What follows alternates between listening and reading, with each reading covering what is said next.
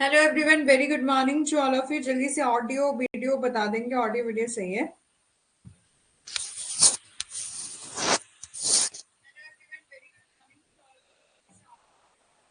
Audio video सही है?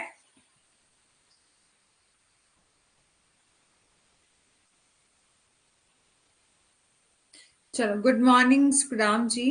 ठीक है, चलो आगे बढ़ने से पहले मैं आपको बता देना चाहती हूँ, ये हमारा व्हाट्सएप ग्रुप है, टेलीग्राम ग्रुप है। इनमें से आप कहीं भी ज्वाइन नहीं हुए होंगे तो हो जाएंगे। यदि आप हमारा कोर्स परचेज करते हैं, आपको मिलते हैं नोट्स पीवाई के वेदांत से 100+ मॉक टेस्ट। एंड ये रहा हमारा कोड। यदि आप इसको यूज करेंगे तो आपको 10% ऑफ मिलेगा। ठीक है, चलो 1 मिनट वेट कर लेते हैं, तब तक बाकी सभी आ जाएं। सुखराम जी के अलावा और कौन है क्लास में? ये सब हमने कंप्लीट कर लिया है। जर्नल एक्सेप्शंस भी कंप्लीट कर लिया है। साथ ही साथ हमने ऑफेंसेस अगेंस्ट ह्यूमन बॉडी भी डिस्कस कर लिया है।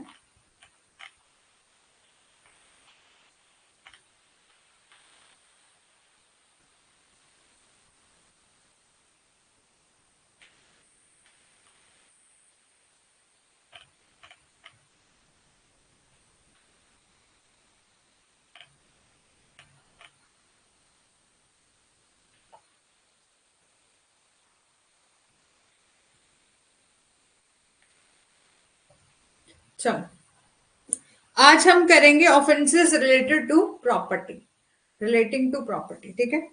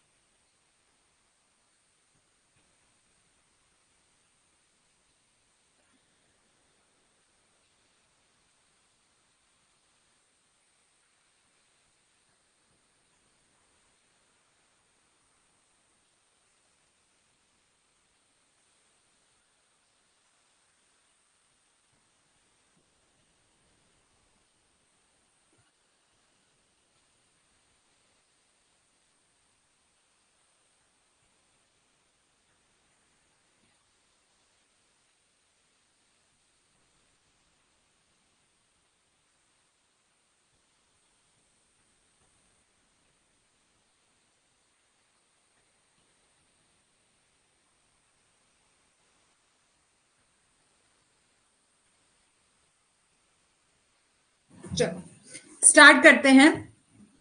Offences related to property. Property को मेनली डिवाइड किया गया है टू पार्ट में। कौन कौन सी? मूवेबल प्रॉपर्टी होती है और इमूवेबल। टू पार्ट ऑफ या टू टाइप ऑफ प्रॉपर्टी होती है। Any offence which is committed in regard to any property, whether it is movable or immovable, ये punishable है under the provision of law of crime और Indian penal code. ठीक है, ये बोला कि कोई भी अपराध या कोई भी ऑफेंस जो कमिट किया जाता है, ठीक है, जो कि किसी प्रॉपर्टी से रिलेटेड, चाहे वो प्रॉपर्टी मूवेबल है चाहे इमूवेबल है, वो पनिशेबल है। ठीक है, यदि कोई ऑफेंस, यदि किसी पर्सन के द्वारा ऑफेंस किया जाता है किससे रिलेटेड? प्रॉपर्टी से रिलेटेड, चाहे वो मूवेबल है इमूवेबल है, तो उसको पनिशमेंट मिलती है according under the provision of law of crime और Indian penal code. These offenses and the punishment related to them are explained in detail section 378 से लेकर 460 ऑफ इंडियन पेनल कोड। 1860 में जो है वो आपका ऑफेंसेस रिलेटेड टू प्रॉपर्टी जो है वो बताए गए। कौन कौन से ऑफेंसेस हैं जो कि प्रॉपर्टी से रिलेटेड है? The offence which are mainly recognized in IPC are 10 in number. IPC में जो है वो मेनली रिकॉग्नाइज करे गए हैं आईपीसी में 10 नंबर। ठीक है, 10 टाइप ऑफ ऑफेंसेस जो है वो बताए गए हैं। ठीक है, तो you will find the detail in the each section in the following. ठीक है, इसको हम ईच सेक्शन को हम बहुत ही डिटेल में सबसे पहले डिस्कस करेंगे। सबसे पहले आता है आपका थेफ्ट, चोरी करना। ठीक है, चोरी होती है किसी प्रॉपर्टी की। ठीक है, एक्सट्रूशन करना, जबरन वसूली करना, और रॉबरी करना और डकैती करना, क्रिमिनल मिसएप्रोप्रिएशन। ठीक criminal misappropriation of property, criminal breach of trust, receiving stolen property and cheating, ठीक है, and fraudulent deed and disposition of property and mischief, criminal trespass. ये सब जो है वो टाइप है जो कि ऑफेंसेस रिलेटेड टू प्रॉपर्टी के टाइप है, ठीक है। चोरी करना, जबरन वसूली, डकैती और डकैती, संपत्ति का आपराधिक दुर्व्यसन या विश्वास का आपराधिक उल्लंघन, चोरी की गई संपत्ति को प्राप्त करना या धोखा, कपटपूर्ण या कार्य संपत्ति का संभाव या शरारत या आपराधिक अत्याचार, ठीक है। अब सबसे पहले आता है आपका थेफ्ट। थेफ्ट दिया गया है सेक्शन 378 में डिफाइन करा गया है, जिसमें बताया है the offence of theft however intending to take dishonestly or any movable property out of the possession of any person without the person consent move the property in order to such taking is said to commit theft। ये बोला कि section 378 में define करा गया है theft, चोरी। however intending कि जो कोई भी बेईमानी से किसी भी चल या अचल संपत्ति को, किसी भी चल संपत्ति को, सॉरी, मूवेबल प्रॉपर्टी को उस व्यक्ति की सहमति के बिना किसी व्यक्ति के कब्जे से बाहर ले जाता है या उसका इरादा रखता है, तो इस संपत्ति को इस तरह से लेने के लिए जो है वो ले लेता है, तो उसे चोरी करने के लिए चोरी करना कहा जाता है। देखो कि सबसे पहले मूवेबल प्रॉपर्टी, एक जगह से आप दूसरी जगह से दूसरी जगह से, ये फोन है, ये मूवेबल प्रॉपर्टी है, ये मूव हो सकता है one place to another person, तो कोई पर्सन जो है इसको उठा के चोरी कर सकता है। थेफ्ट हाउएवर इंटेंडिंग, यदि किसी पर्सन के द्वारा डिसऑनेस्टली, बेईमानी तरीके से कोई मूवेबल प्रॉपर्टी उसकी पोजीशन से उठाकर जो है वो किसी दूसरे, ठीक है, उसकी पोजीशन से उठाकर, ठीक है, उसकी पोजीशन से बाहर ले जाया जाता है बिना उस पर्सन की कंसेंट के, तो हम कहते हैं कि यहाँ पर क्या कमिट हुआ है, थेफ्ट हुआ है। और थेफ्ट के लिए 5 एसेंशियल्स हैं, कौन कौन से? डिसऑनेस्ट इंटेंट, ठीक है, बेईमान इरादा। दूसरा, टेकिंग ऑफ मूवेबल प्रॉपर्टी। तीसरा, out of position of another person, ठीक है, कि सबसे पहले आपका बेईमानी का इरादा, ठीक है, बेईमान इरादा यानी कि डिसऑनेस्ट इंटेंशन। दूसरा, टेकिंग ऑफ मूवेबल प्रॉपर्टी, ठीक है, कि आप जो है वो मूवेबल प्रॉपर्टी को क्या कर रहे हो, ले रहे हो, ठीक है, और आप ले रहे हो साथ ही साथ आउट ऑफ द पोजीशन, कि आप मूवेबल प्रॉपर्टी को किसी पर्सन के पोजीशन से बाहर ले जा रहे हो विदाउट सच पर्सन कंसेंट, ऐसे व्यक्ति की सहमति के बिना। Moving the property in order to take it away, संपत्ति को दूर ले जाने के लिए जो है उसे स्थानांतरित करना, ठीक है। इलस्ट्रेशन है, जैसे कि फॉर एग्जांपल के लिए यहां पर बोला गया है, ए और बी क्या है, दो फ्रेंड है, ठीक है, जो कि साथ में जो है स्टडी कर रहे हैं, ठीक है, बहुत सिंपल सा एग्जांपल है। और ए बी की पुस्तक को अपना मानता है, उसको लगता है कि ये मेरी बुक है, ठीक है, और वो उसको अपने साथ ले जाता है, ठीक है। 1 मिनट रुकना।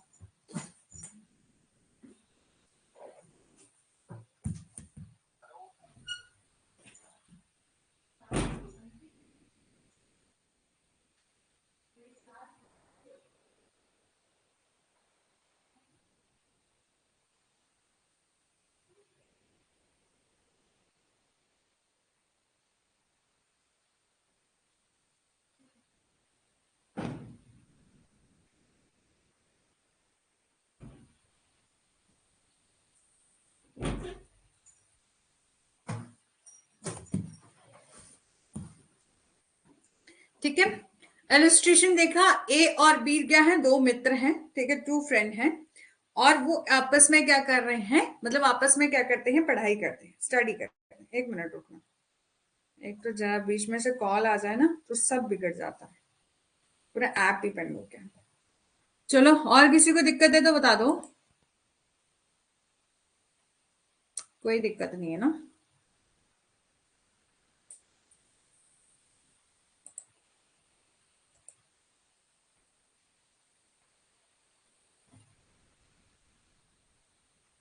ठीक है, तो ए और बी दो मित्र हैं, ठीक है, दो दोस्त हैं, वो क्या करते हैं, वो साथ में पढ़ते हैं। ए ने सोचा कि ये बुक जो है वो किसकी है, मेरी है, ठीक है, और ए जो है वो बी की बुक को लेके चला गया। तो यहां पर, ठीक है, यहां पर जो उसने बी के कब्जे से बाहर जो बुक लेगी, वहां पर क्या है, पोजेशन तो आउट ऑफ हुआ, कि आउट ऑफ पोजेशन तो वो गई, लेकिन कोई डिसऑनेस्टली तरीके से उसने नहीं लिया, उसने कोई बेईमानी नहीं करी, hence it does not constitute a theft, ठीक है, इसलिए जो है वो ये चोरी का गठन नहीं करता है, ठीक है। और ए बी के घर जाता है और उसकी मेज पर जो है वो अंगूठी पाता है, ठीक है।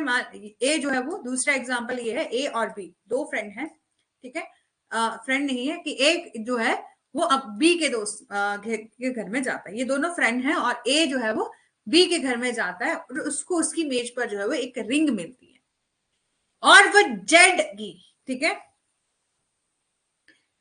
ठीक है, यहां पर बी होगा, ठीक है, बी की सहमति के बिना, ठीक है, बी की सहमति के बिना, विदाउट बी कंसेंट क्या करता है कि वो उस रिंग को उठाकर ले जाता है।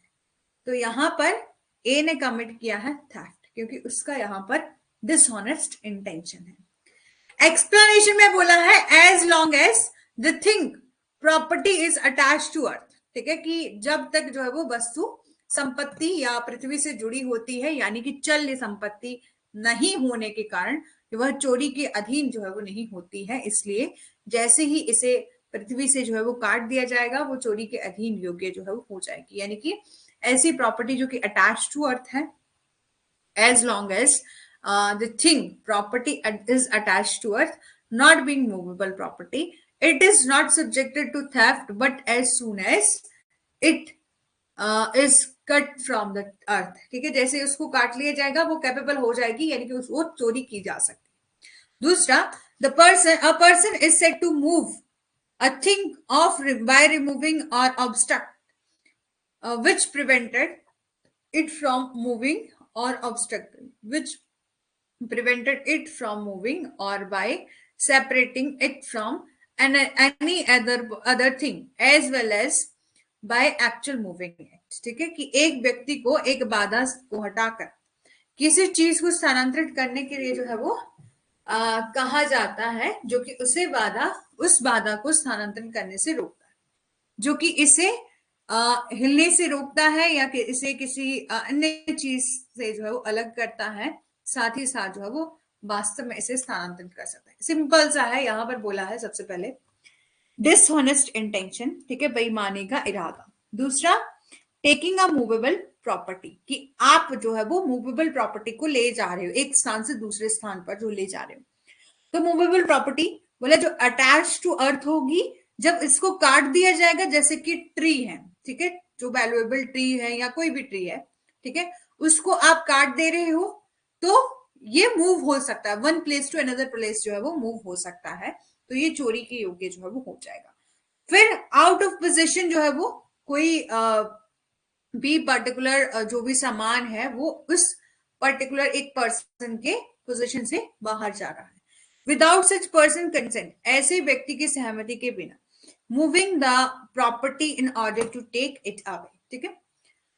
अब है आपका a person by any mean cause an animal to move is said to move an animal, ठीक है, यदि कोई व्यक्ति जो है वो किसी भी तरह से जो है वो किसी जानवर को स्थानांतरित करने का कारण बनता है, तो उसे जानवर को स्थानांतरित करने के लिए कहा जाता है, और कहा जाता है कि उस जानवर द्वारा बाद में कुछ भी स्थानांतरित किया जाता है, तो उस, ठीक है, तो ठीक है, मतलब कुछ भी anything subsequent move by that animal is said to move by that animal, ठीक है। और consent as mentioned in the definition may be expressed or implied जो हो सकती है, may be given by the person in possession, की consent के बारे में हम बात करें तो वो express भी हो सकती है, implied भी हो सकती है, लेकिन हम बात कर रहे हैं कि जब हमने विदाउट, बिना किसी इंटेंशन से, विदाउट इंटेंशन, ठीक है, डिसऑनेस्ट इंटेंशन से, without consent, sorry, without consent से जो है वो सामान एक पर्सन ने दूसरे पर्सन के पोजीशन से क्या ले लिया, ठीक है। तो यहां पर बोला consent as mention in the definition, जो एक्सप्रेस भी हो सकती है, इंप्लाइड भी हो सकती है, कि उसने उसकी कंसेंट नहीं ली थी, ठीक है। और एग्रीवेटेड फॉर्म ऑफ थेफ्ट क्या है, तो यहां पर बोला अ थेफ्ट इन एनी बिल्डिंग, जब भी आप किसी बिल्डिंग में, टेंट में, वेक्सल में use as a human dwelling, और for the custody of a property, section 380, ठीक है, जब भी जो है वो चोरी की जाती है किसी बिल्डिंग में, tent vessel used as human dwelling और for the custody of property, section 380। ठीक है, दूसरा theft by clerk servant of a property in position of a master, ठीक है, सेक्शन 381। ठीक है, क्लर्क या नौकर के द्वारा मालिक के कब्जे में जो है वो संपत्ति की चोरी, ठीक है, section 381। A theft after preparation made for causing death, hurt or restraint or fear of death to any person in order to commit theft or affecting the escape afterward, uh, or by retaining property taken by such theft, section 382। ठीक है, चोरी करने के बाद या बाद में जो है वो भागने के लिए या ऐसी चोरी द्वारा ली गई संपत्ति को बनाए रखने के लिए किसी भी व्यक्ति की मौत हो जाती है, या चोट पहुंचाने या रोकने या मौत का डर पैदा करने की तैयारी के बाद जो है वो चोरी, सेक्शन 382 में जो है वो दिया गया है। ठीक है, सेक्शन 379 में जो है, एक मिनट, हाँ, सेक्शन 379 में डिफाइन करी गई है पनिशमेंट फॉर थेफ्ट। ठीक है, कि सेक्शन 379 में जो है वो क्या दी गई है, पनिशमेंट दी गई है किसकी, चोरी की। ठीक है, it state however commit the theft shall be punished with imprisonment of either description for a term which may extend to 3 years or fine with both। ठीक है, जो कोई भी चोरी करता है उसे, ठीक है, जो कोई भी जो है वो चोरी करता है उसे 3 साल की अवधि के लिए जो है वो कारावास या जुर्माना या दोनों से दंडित जो है वो किया जा सकता है। ठीक है, समझ आ गया कि एक कोई पर्सन जो है वो जब चोरी करता है तो उसको कितनी पनिशमेंट मिलती है, 3 साल की सजा और फाइन और बोथ। ठीक है, यहां तक सबको समझ आ रहा है?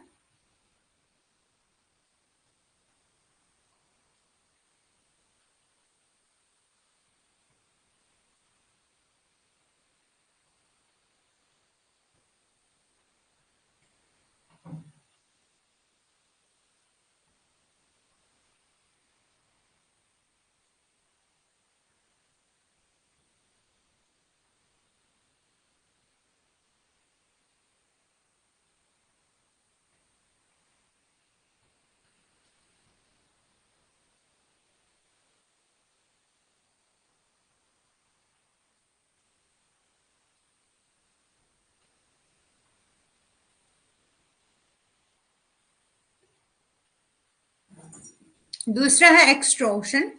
Extortion another offence under this category is extortion, जो कि डिफाइन करा गया है सेक्शन 383 में। ठीक है, define extortion as however intentionally put any person in fear of any injury to that person। ठीक है, कि ये बोला कि जिसे सेक्शन 383 में जो है वो डिफाइन करा गया है, यहां पर बोला इसमें जबरन वसूली को जो है वो परिभाषित किया गया है, जो कि कोई भी जानबूझकर या किसी व्यक्ति को उस व्यक्ति या किसी अन्य को चोट पहुंचाने के डर में जो है वो डालता है।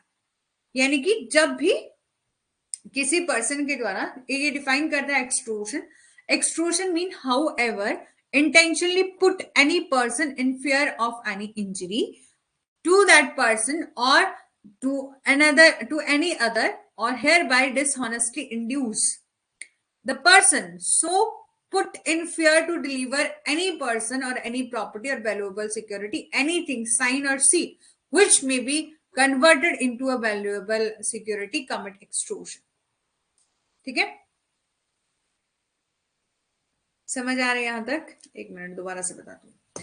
एक्सट्रोशन सबसे पहले 383 सेक्शन में जो है वो डिफाइन करा गया। एक्सट्रोशन का क्या मतलब होता है? एक्सट्रोशन हाउएवर इंटेंशनली, कोई पर्सन जब इंटेंशनली क्या करता है, दूसरे व्यक्ति के मन में फेयर पैदा करने की कोशिश करता है। फेयर किसका? इंजरी का, कि मैं तेरे को नुकसान पहुंचा सकता हूं यदि तूने मेरे को ये पर्टिकुलर प्रॉपर्टी नहीं दी। यानी कि कोई भी वैल्यूएबल सिक्योरिटी या प्रॉपर्टी उसने नहीं दी। प्रॉपर्टी में आ जाएगा जैसे ज्वेलरी वगैरह, वैल्यूएबल सिक्योरिटी में आएगा जैसे कि आपके घर के डॉक्यूमेंट, ठीक है, आपकी प्रॉपर्टी के जो भी डॉक्यूमेंट होंगे वो। तो however intentionally put any person in fear of any injury, that person or any another hereby dishonestly induce the person so put in fear to deliver to any person by property or valuable security or anything, sign or seal which may be converted into a valuable security or commit extortion. ठीक है, ये बोला कि इस तरह से बेईमानी से उस व्यक्ति को किसी भी संपत्ति या मूल्यवान सुरक्षा या हस्ताक्षरित या सील की गई किसी भी चीज को देने के लिए उकसाता है जिसे कि मूल्यवान सुरक्षा में जो है वो परिवर्तित किया जा सकता है। जबरन वसूली यानी कि कमिट करता है कि यहां पर एक्सटोर्शन जो है वो हुआ। ठीक है, समझ आया?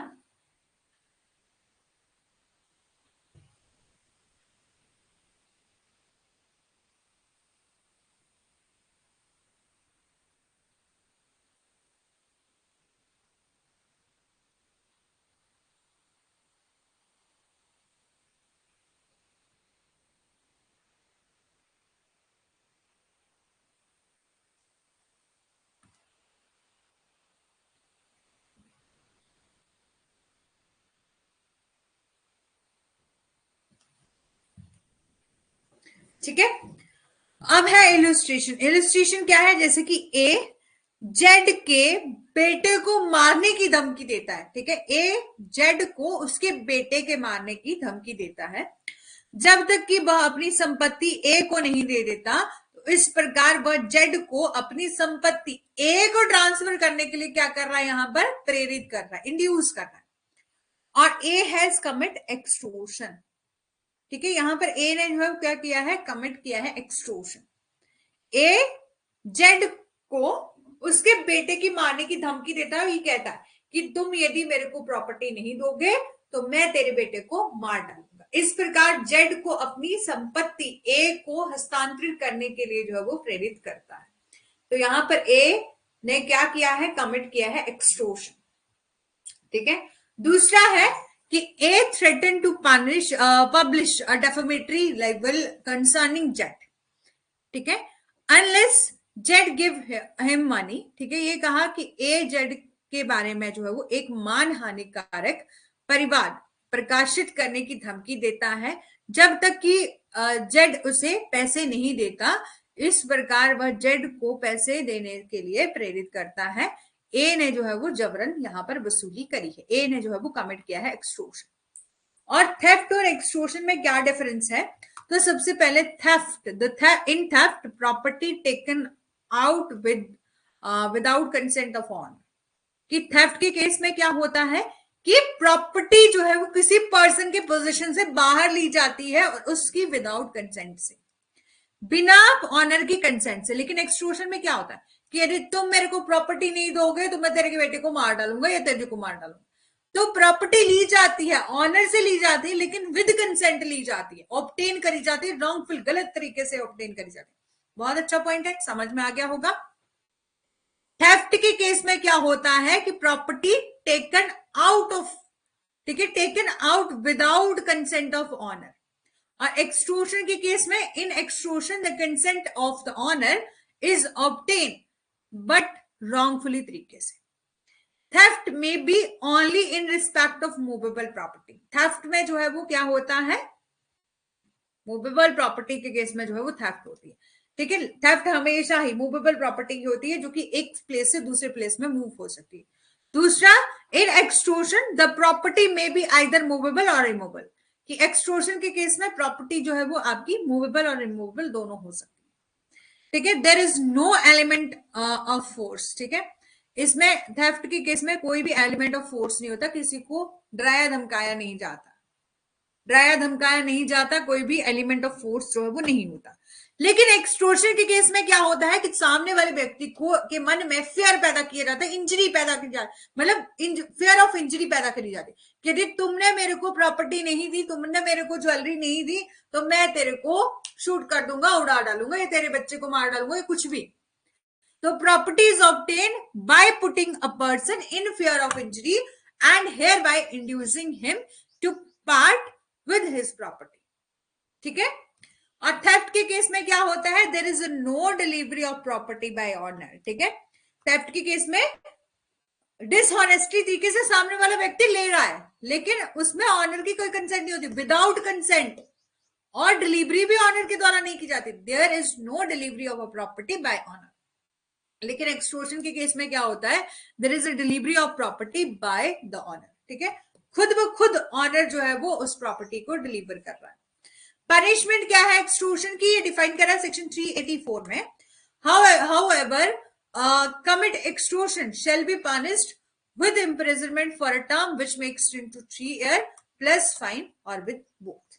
ठीक है, कि जो कोई भी जबरन वसूली करता है वो 3 साल की अवधि के लिए जो है वो कारावास या जुर्माना या दोनों में से, ठीक है, दोनों से जो है दंडित किया जाता है।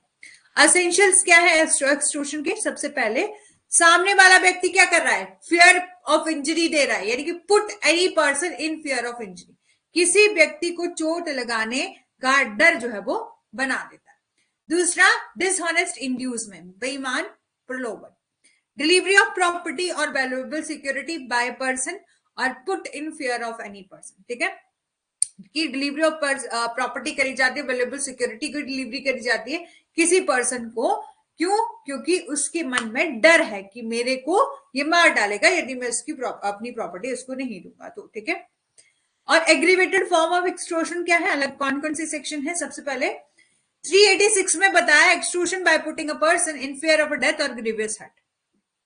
सेक्शन 387 में प्रोवाइड करा गया है for attempt to do so, कि किसी व्यक्ति को मौत या गंभीर चोट के डर में जो है वो डालकर जबरन वसूली। Extortion by putting a person in fear of death और ग्रीवियस हर्ट। दूसरा, सेक्शन 383 में कहा कि एक्सटोर्शन बाय थ्रेट, ठीक है, कि एक्सटोर्शन बाय थ्रेट और acquisition of an offence punishable with death और इम्प्रिजनमेंट फॉर अ लाइफ, कि मौत और या आजीवन कारावास के साथ जो है वो दंडनीय अपराध के आरोप की धमकी देकर जबरन वसूली।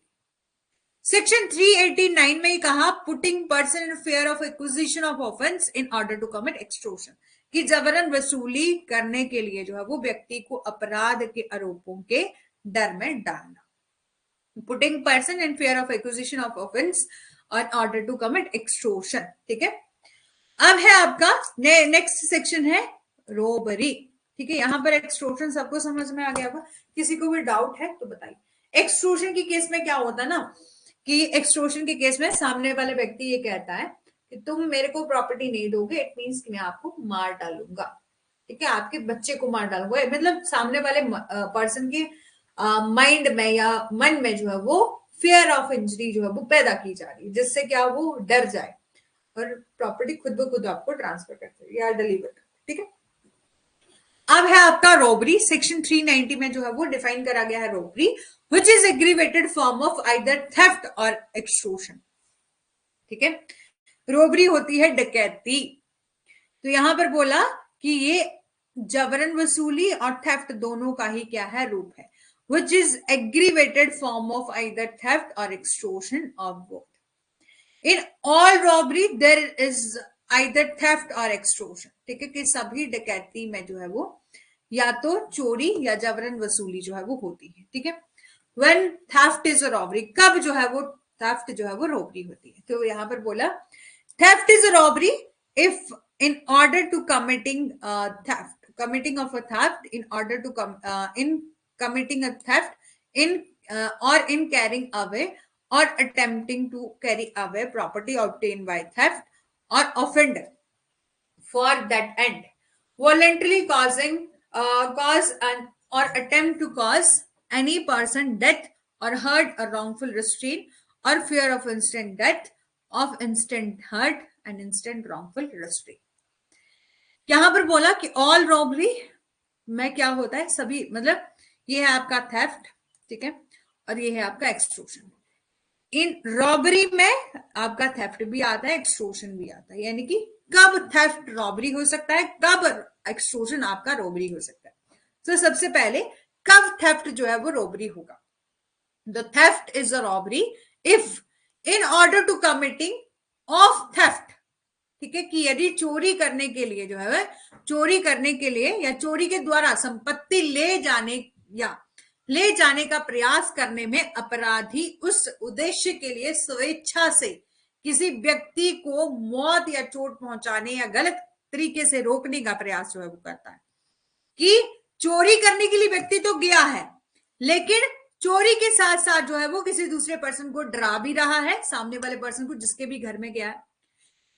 चोरी कमिट करने के लिए, थेफ्ट कमिट करने के लिए उस पर्सन को क्या किया जा रहा है, अटेम्प्ट किया जा रहा है, मतलब उस पर्सन पर अटेम्प्ट किया जा रहा है कि उसको डेथ कॉज कर देगा या कोई हर्ट करने की कोशिश की जा रही है, रॉन्गफुल रिस्ट्रेन गलत तरीके से रोकने की कोशिश की जा रही है, फेयर ऑफ इंस्टेंट डेथ दिया जा रहा है कि तुमने मेरे को चोरी नहीं करने दी तो मैं तेरे को उड़ा डालूंगा, ठीक है। इंस्टेंट डेथ का फेयर जो है वो दिया जा रहा है।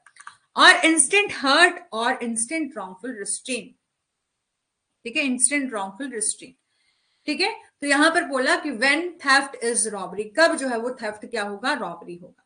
तो theft is robbery if in order to committing a theft or committing the theft or carrying away or attempting to carry away property obtained by theft or offender for end voluntarily causes or attempt to cause any death, any person death or hurt or wrongful restraint or fear of instant hurt or instant wrongful restraint, ठीक है। यहां पर एक example है, इसको समझते हैं।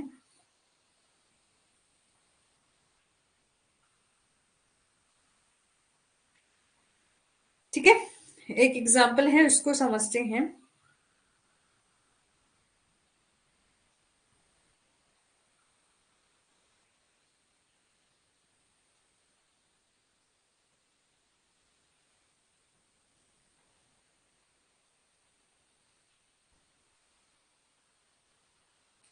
यहां पर एग्जाम्पल है कि ए जो है वो जेड को नीचे रखता है और जेड की सहमति के बिना जो है वो धोखे से जेड के कपड़ों से पैसे और गहने जो है वो ले लेता है। यहां पर ए ने चोरी की है, उस चोरी को अंजाम देने के लिए उसने स्वेच्छा से ए जेड को जो है वो रेस्ट्रेन किया है, रोका है। यहां पर बोला ए जो है वो किसी को जैसे कहते हैं ना, धक्का देते हैं थोड़ा सा, ठीक है। तो यहां पर ए ने जो है क्या किया, जेड को डाउन किया, ठीक है, नीचे या होल्ड किया जेड को डाउन।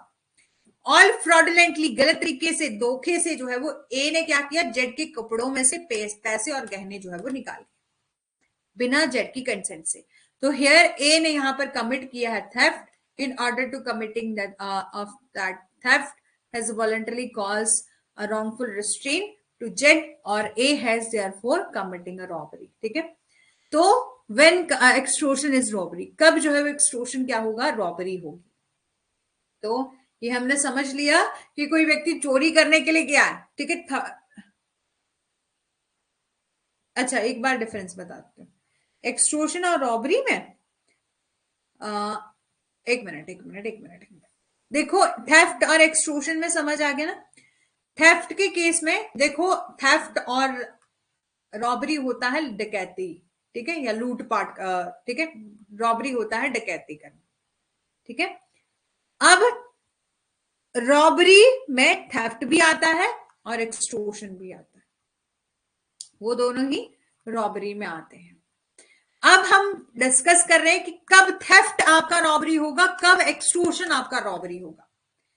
तो जब भी कोई पर्सन जिसे चोरी करने के लिए गया है, वो क्या करता है, चोरी करते समय किसी व्यक्ति को के साथ मारपीट करने लग पड़ता है या किसी को गलत तरीके से रोकता है, ऐसे धक्का देते हैं ना, रोकते हैं कि तुम ऐसा मत करो, मेरे हमें चोरी करने दो। और किसी पर्सन के मन में इंस्टेंट डेथ का फियर पैदा किया जा रहा है, तो तब थेफ्ट क्या होगा, आपका रॉबरी होगा। और एक्सटोर्शन कब जो है वो रॉबरी होगा, जब यहां पर एक्सटोर्शन के केस में हमने देखा ना कि यहां पर कंसेंट ऑफ ऑनर जो है वो ऑनर की कंसेंट से ऑब्टेन करी जाती है प्रॉपर्टी, बट रॉन्गफुल तरीके से। तो जब एक्सटोर्शन किया जा रहा है, एक्सटोर्शन करते समय आप ये बोल रहे हो, जैसे कि फॉर एग्जांपल के लिए ए जो है वो गाड़ी में जा रहा था, ए गाड़ी लेके जा रहा था, उसकी पत्नी भी उसके साथ थी। तो कोई सामने से सी पर्सन आया, ठीक है, और उसने कहा कि तुम जल्दी से हमें क्या दे दो, अपनी ज्वेलरी वगैरह दे दो और आपके पास जितना भी कैश है वो दे दो। तो यदि ये एकदम से देने के लिए तैयार हो जाते हैं तो ये होगा एक्सटोर्शन। और यदि ये मना करते हैं और उनके बीच में मारपीट होती है गलत तरीके से मारपीट होती है तो ये एक्सटॉर्शन क्या बन जाएगा, रॉबरी बन जाएगा। समझ आ गया? ठीक है, समझ आ गया, इतना ही डिफरेंस है। ठीक है, अब है आपका एक्सटॉर्शन कब रॉबरी होता है, जो कि हमने अभी अभी डिस्कस किया। अब चोरी कब रॉबरी होती है वो तो समझ आ गया। तो एक्सटॉर्शन कब रॉबरी होता है? Extortion is robbery if the offender eight the time of committing the extortion is in presence of the person put in fear and commit the extortion by putting that person in fear of instant death, of instant hurt, or instant wrongful restraint to that person or to some other person, or by so putting in fear or induce the person so put in fear, then there is there to deliver up the thing extorted। ठीक है, कि जब, ठीक है, जब आपने, जैसे मान लीजिए कि कोई पर्सन है, वो गाड़ी में हस्बैंड वाइफ चले और वो सामने वाला पर्सन है, इसने कहा कि चलो तुम ना, तुम्हारे पास जितनी भी प्रॉपर्टी हो आप दे दो, और वो एकदम से नहीं देते हैं, और उस टाइम जो है वो उनको फियर पैदा किया जाता है, इंस्टेंट डेथ का, इंस्टेंट हर्ट का, और गलत तरीके से मारपीट होती है और उस प्रॉपर्टी को छीन लिया जाता है। छीन लिया जाता है मतलब उनको नॉलेज है कि ये पर्सन छीन रहा है। उसमें हमने चोरी के केस में क्या देखा था कि ऑनर को पहले पता नहीं था, ऑनर को तो बाद में पता चला कि यहाँ पर मेरे साथ चोरी हो गई है, मेरे प्रॉपर्टी की चोरी हो गई। लेकिन एक्सटॉर्शन के केस में, एक्सटॉर्शन कब रॉबरी होगा? तो जब जो प्रॉपर्टी है उसको एक्सटॉर्ट किया जाता है। ठीक है, यानी कि छीना झपटी की जाती है। ठीक है, जबरन वसूली डकैती कब है? यदि अपराधी जबरन वसूली करते समय डर में पड़े व्यक्ति की उपस्थिति में होता है तो, और उस व्यक्ति को तत्काल मृत्यु या तत्काल चोट पहुंचाने, या उस व्यक्ति या किसी अन्य व्यक्ति पर तत्काल गलत तरीके से रोककर जबरन वसूली करता है, और इस तरह से डर लगाकर जो है वो किसी व्यक्ति को इस तरह से जो है वो डर में डाल दिया जाता है कि ताकि वह क्या करे, उगाही गई जो भी उसके पास चीज है, जो उसके पास प्रॉपर्टी है, उसको क्या कर देता, एक्सटॉर्ट कर देता। ठीक है, इस डर से कि कोई दूसरा पर्सन क्या कर रहा है, जबरन वसूली कर रहा है, या डर है उसको और डर में डाला जा रहा है। ठीक है, तब जो है वो एक्सटॉर्शन क्या होगा, आपका रॉबरी होगा। यहाँ पर एग्जांपल है कि ए ऊंची सड़क पर जो है वो जेड से मिलता है। ठीक है, ए जो है वो हाई रोड पर, हाई रोड मतलब कि हाईवे रोड होता है ना, उस पर जो है वो जेड से मिलता है। जेड जो है वो इस रोड पर जा रहा है और जेड पर्स की मांग करता है। जेड ने जो है वो, ए जो है वो जेड से, यानी कि यहां पर जो सड़क पर जा रहा है वो ए है, और जेड आया और उसने उसकी पर्स की मांग करी कि तुम्हारे पास जो भी आपके पास वॉलेट है, पर्स है, वो हमें दे दो। और उसने शो करी, उसको पिस्टल दिखाई, और जेड ने जो है वो अपना पर्स सरेंडर कर दिया। ठीक है, देखो दोबारा से समझो कि जेड जो है वो हाई रोड पर जा रहा था, ए आया, उसने क्या किया, उसने कहा कि उसने शो करी उसको पिस्टल, पिस्टल दिखाई और डिमांड करी पर्स की, तुम पर्स दे दो। और जेड ने जो है क्या कर दिया, अपना पर्स सरेंडर कर दिया। हेयर ए हैज एक्सटोर्टेड, यहाँ पर ए ने जो है वो एक्सटोर्ट किया है उसके पर्स को फ्रॉम बी, और by him in putting fear or instant death or being at the time of committing extortion is presence, here A ने जो है वो therefore commit करी है क्या, रॉबरी। ठीक है, और दूसरा A obtain property from Z, A जो है वो जेड से ये कहकर संपत्ति प्राप्त करता है कि आपका बच्चा मेरे गिरफ्त में है, कि मैंने उसको अपने पास या किडनैप करके रखा है। यदि आप, जब तक कि आप मेरे को 10,000 रुपीज या 1 लाख का एग्जांपल ले लो, 1 लाख रुपीज नहीं देते हो तो मैं उसको मार दूंगा। ठीक है, या उसे मार दिया जाएगा। तो ये क्या है, जबरन वसूली है, ना कि डकैती। जब तक कि जेड को जो है वो अपने बच्चों की ठीक है, अपने बच्चे की तत्काल मौत के डर में जो है वो डाला जाता है। ठीक है, तो यहां पर क्या है कि ये एक्सटॉर्शन है, रॉबरी नहीं है, क्योंकि अनलेस रॉबरी तब होगी जब एकदम से उसको बोला जाएगा कि नहीं, मैं तेरे बच्चे को जो है शूट कर दूंगा, और हो सकता है कि उनके बीच में मारापीटी हो जाए। ठीक है, ए जो है वो जेड को ये कहकर संपत्ति प्राप्त करता है कि उसका बच्चा मेरी गिरोह में, मतलब मेरे कब्जे में।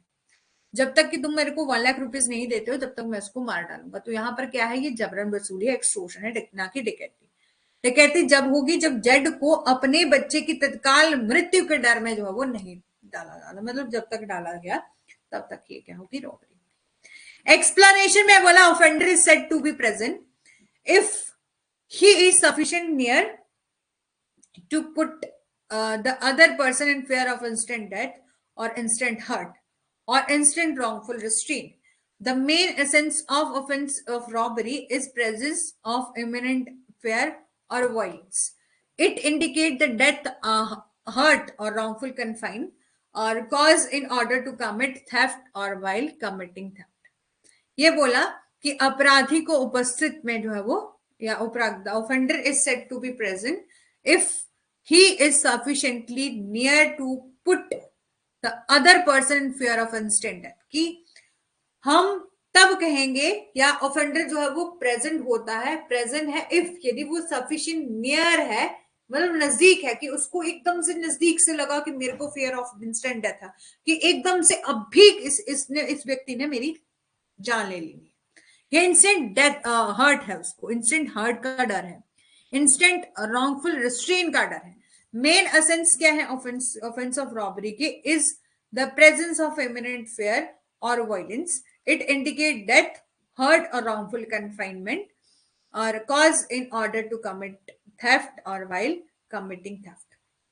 डकैती के अपराध का मुख्य आसार या आसन भय या हिंसा की उपस्थिति है, या चोरी करने या चोरी करते समय जो है वो मौत या चोट या गलत तरीके से जो है वो कारावास को इंगित करता है। ठीक है, और रॉबरी, थेफ्ट प्लस, देखो बहुत अच्छा एग्जाम यहाँ पर दिया है, 1 मिनट रुकना, इरेज कर लेती हूँ इसको, कहीं भी किसी को थोड़ा सा समझ नहीं आएगा ना तो मेरे को बता देना, दोबारा से रिपीट कर दूंगी। ठीक है, तो सबसे पहले आपका रॉबरी, रॉबरी में प्लस क्या होगा, थेफ्ट होगा, प्लस वायलेंस और फियर ऑफ इंस्टेंट वायलेंस, और एक्सटोर्शन में plus extortion of offender present होना चाहिए, और फियर ऑफ इंस्टेंट वायलेंस होना चाहिए, और इमीडिएट डिलीवरी होनी चाहिए। ठीक है, अब देखो थेफ्ट के केस में, थेफ्ट कब रॉबरी होगा, थेफ्ट प्लस वायलेंस और फियर ऑफ इंस्टेंट वायलेंस, कि चोरी करने के लिए कोई व्यक्ति गया था, उसने कहा कि तुम मेरे को चोरी नहीं करने दोगे, मैं तुम्हें आपको मार डालूंगा, कि फियर हो गया उसके मन में, सामने वाले मन के इंसान के माइंड में जो वो फियर पैदा हुआ इंस्टेंट वायलेंस का। एक्सटोर्शन के केस में ऑफेंडर प्रेजेंट होना चाहिए, फियर ऑफ इंस्टेंट वायलेंस होना चाहिए, और इमीडिएट डिलीवरी होनी चाहिए। ठीक है, पनिशमेंट क्या है रॉबरी की, तो offence of robbery is punished with an imprisonment of 10 year और fine. In case of attempt to commit robbery, it is punished with imprisonment 7 year और fine। ठीक है, यहां पर बोला कि offense of robbery is punished। offense of robbery के लिए कितनी पनिशमेंट है, imprisonment होगी 10 ईयर की, प्लस फाइन होगा, और in case of attempt to commit robbery, it is punished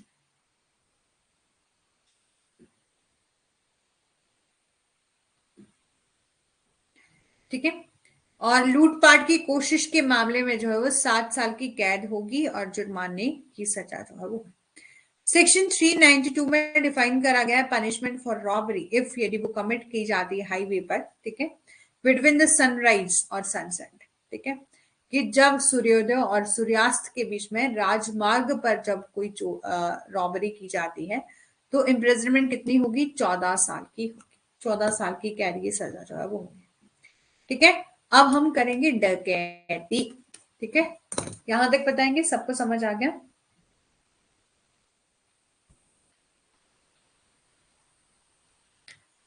ठीक है, समझ आ गया। अब है आपका ऑफेंस ऑफ डकैती, ये आपका डिफाइन करा है सेक्शन 391 में। तो जब 5 और मोर पर्सन के द्वारा कमिट की जाती है, ज्वाइंटली कमिट किया जाता है और अटेम्प्ट किया जाता है रॉबरी। अब रॉबरी हमने समझ लिया, कब थेफ्ट रॉबरी होगा, कब एक्सटोर्शन रॉबरी होगा, ये तो हमने समझ लिया बहुत अच्छे से। ठीक है, समझ लिया ना कि कब जो है वो थेफ्ट आपका रॉबरी होगा। तो थेफ्ट कब रॉबरी होगा, जब आपको थेफ्ट चोरी के साथ साथ क्या है, वायलेंस और fear of instant violence. Sorry, extortion के केस में ऑफेंडर प्रेजेंट है और एकदम से फियर ऑफ इंस्टेंट वायलेंस है और इमीडिएट डिलीवरी है। ठीक है, पनिशमेंट हमने जान ली। ठीक है, रॉबरी तो बहुत अच्छे से हमने समझ लिया। तो सेक्शन 391 में जो है वो डकैती डिफाइन करा गया। तो बोला व्हेन 5 और मोर पर्सन कंजॉइंटली कमिट और अटेम्प्ट टू कमिट रॉबरी। इसमें कहा गया है कि जब 5 या उससे अधिक व्यक्ति मिलकर डकैती करते हैं या प्रयास करते हैं, तो जहां डकैती करने और करने का प्रयास करने वाले व्यक्तियों की पूरी संख्या इस तरह के कमीशन या प्रयास में उपस्थित और सहायता करने वाले व्यक्ति की संख्या जो है वो 5 से अधिक होती है। यानी कि जब जो है वो रॉबरी जो कोई लोग कर रहे हैं उनकी संख्या कितनी है, 5 और मोर पर्सन है। तो जब भी रॉबरी कमिट की जाती है 5 और मोर पर्सन के द्वारा की जाती है तो उसको डकैती कहते हैं। Whole number of person conjointly commit करते हैं और अटेम्प्ट करते हैं commit robbery and person present on aiding such commission or attempt amount कितना होना चाहिए, 5 और more person जो है वो होना चाहिए। So committing or attempting or aiding is said to commit डकैती। ठीक है, the word jointly refer to united, ठीक है, united or concreted action of an person participating in any transaction. The person should share and common intention to commit robbery. संयुक्त रूप से जो है वो शब्द लेन देन में भाग लेने वाले व्यक्तियों की एकजुटता या ठोस कार्यवाही को संदर्भित करता है और व्यक्तियों की डकैती करने के सामान्य इरादे को साझा करना चाहिए। ठीक है, सेक्शन 396 में ये बोला डकैती विद मर्डर। ठीक है, कि हत्या के साथ जो है वो डकैती, डकैती विद मर्डर। ठीक है, सेक्शन 396 में बोला कि आप डकैती कर रहे थे, रॉबरी कर रहे थे, प्लस 5 और मोर पर्सन के द्वारा की जा रही थी, लेकिन आपने क्या कर दिया, किसी की मर्डर कॉज कर दिया। तो it state that if one person commit murder in डकैती, ठीक है, ऑल ऑफ देम, तो यहां पर जितने भी 5 और मोर पर्सन है वो सब क्या होंगे, लायबल होंगे मर्डर के लिए। In continuing the number of offender the person abettor person present और aiding, present and aiding when the crime is committed are also counted। ठीक है, यहां पर बोला कि अपराधियों, ठगों की संख्या जो है वो की गणना अपराध करने के दौरान उपस्थित या सहायता करने वाले व्यक्तियों, उकसाने वालों की के साथ जो है वो की जाएगी। देखो 5 और मोर पर्सन होने चाहिए। ठीक है, इससे फर्क नहीं पड़ता कि एकदम से किसी ने डायरेक्ट, हो सकता है कि कुछ लोग जो है एड कर रहे थे, किसी ने ये देखा कि सामने से पुलिस तो नहीं आ रही, तो सब पर्सन को काउंट करके 5 और मोर पर्सन होने चाहिए और ऐसा माना जाएगा कि हर सब लोग जो है वो लाइबल है यहाँ पर। And this one person may commit और attempt to commit robbery and 4 other person may present और हेल्प इन कमिशन और अटेम्प्टिंग। बोला कि इसमें यदि एक पर्सन जो है वो कमिट और अटेम्प्ट कर रहा है रॉबरी और 4 लोग मिलकर क्या कर रहे हैं, सिर्फ उसको हेल्प ही कर रहे हैं कि वो कमीशन करेगा और अटेम्प्ट करेगा रॉबरी, तब भी उनको सेम लाइबल जो है वो ठहराया जाएगा। ठीक है, सेक्शन 395 में जो है वो पनिशमेंट फॉर डकैती दिया गया है, and imprisonment for life with rigorous imprisonment for a term which may extend to 10 year plus fine. ठीक है, 10 year plus fine. Dishonest misappropriation of property, section 403, यहां पर बोला dishonest misappropriation of property. However, dishonestly misappropriate or convert to his own or use any movable property or shall be punished with imprisonment of either description for a term which may extend to 2 years or with fine or with both। ठीक है, कि section 403 of Indian panel code में कहा कि however dishonestly misappropriate or convert to his own use any movable property shall be punished with imprisonment of either description for a term which may extend to 2 years or fine with both। ठीक है, section 403 में कहा dishonest misappropriation of property, कि कोई व्यक्ति क्या कर रहा है, बेईमानी से दुरुपयोग कर रहा है आपकी प्रॉपर्टी का। Section 403 of Indian penal code में कहा है हाउएवर, जब कोई व्यक्ति जो है वो बेईमानी से डिसऑनेस्टली मिसअप्रोप्रिएट और कन्वर्ट करता है to his own use of any movable property shall be punished with imprisonment of either description for a term which may extend to 2 year और फाइन कितना होगा, फाइन और बोथ हो सकते हैं। मामला है यहां पर, एग्जाम्पल है एक, एग्जाम्पल क्या है कि ए जो है वो जेड से संबंधित संपत्ति को जेड के कब्जे से अच्छे विश्वास में लेता है। यानी कि ए ने जो है वो क्या किया, ऐसी प्रॉपर्टी जो कि जेड को बिलोंग करती है उसने जेड के पोजीशन से ले लिया बहुत ही गुड फेथ में, मतलब अच्छे विश्वास के साथ, और ये विश्वास दिलाया कि जब वह इसे लेता है तो उस संपत्ति उसकी है। ये विश्वास दिलाया कि at the time when he take that property belongs to himself. A is not guilty of theft, ठीक है, तो ए जो है वो थेफ्ट के लिए गिल्टी नहीं है, बट ए जो है वो after discovering his mistake dishonestly miss appropriate कर रहा है प्रॉपर्टी को of its own use, he is guilty of an offence under this section. ठीक है, तो उसने इस सेक्शन के अंदर जो है वो ऑफेंस कमिट किया है, dishonest miss appropriation of property की। देखो ए क्या करता है, जेड से संपत्ति प्रॉपर्टी को अपने कब्जे में लेता है और अच्छे विश्वास के साथ लेता है, और ये दूसरे पर्सन के सामने ये कहता है कि ये प्रॉपर्टी मेरी है इसलिए मैं इसको यूज कर रहा हूं। तो यहां पर ए ने चोरी नहीं की है, ए ने क्या किया है, dishonest miss appropriation of property किया है। ठीक है, अब है आपका क्रिमिनल ब्रीच ऑफ ट्रस्ट। ठीक है, ये केस इससे पहले भी मैंने आपको कौन सा करवाया था, डोमेस्टिक वायलेंस करवाया था शायद, स्त्री धन में, स्त्री धन डिस्कस किया था हमने, तो हमने डिस्कस किया था क्रिमिनल ब्रीच ऑफ ट्रस्ट के बारे में। प्रैक्टिकल आप कोर्ट में जाओगे ना तो आपको ढेर सारे ऐसे केस मिल जाएंगे जो कि क्रिमिनल ब्रीच ऑफ ट्रस्ट के लिए। ठीक है, ज्यादातर मामले आजकल कैसे आ रहे हैं, डोमेस्टिक के आ रहे हैं, जिसमें एक लड़की जिसने शादी करी है उसने अपने ससुराल को छोड़ दिया है, उसके बाद उसका जो स्त्री धन होता है जिसको हम दहेज भी कह सकते हैं या डॉरी जो होती है, ठीक है, घर का सामान, वो अभी तक ससुराल वालों के कब्जे में है। तो एक लड़की क्या करती है, क्रिमिनल ब्रीच ऑफ ट्रस्ट का जो है वो केस फाइल करती है। ठीक है, क्यों, क्योंकि ये कहती है कि मेरा जो सामान है उनके कब्जे में है और ये क्रिमिनली ब्रीच कर रहे हैं मेरे ट्रस्ट को, ठीक है, मेरी प्रॉपर्टी को।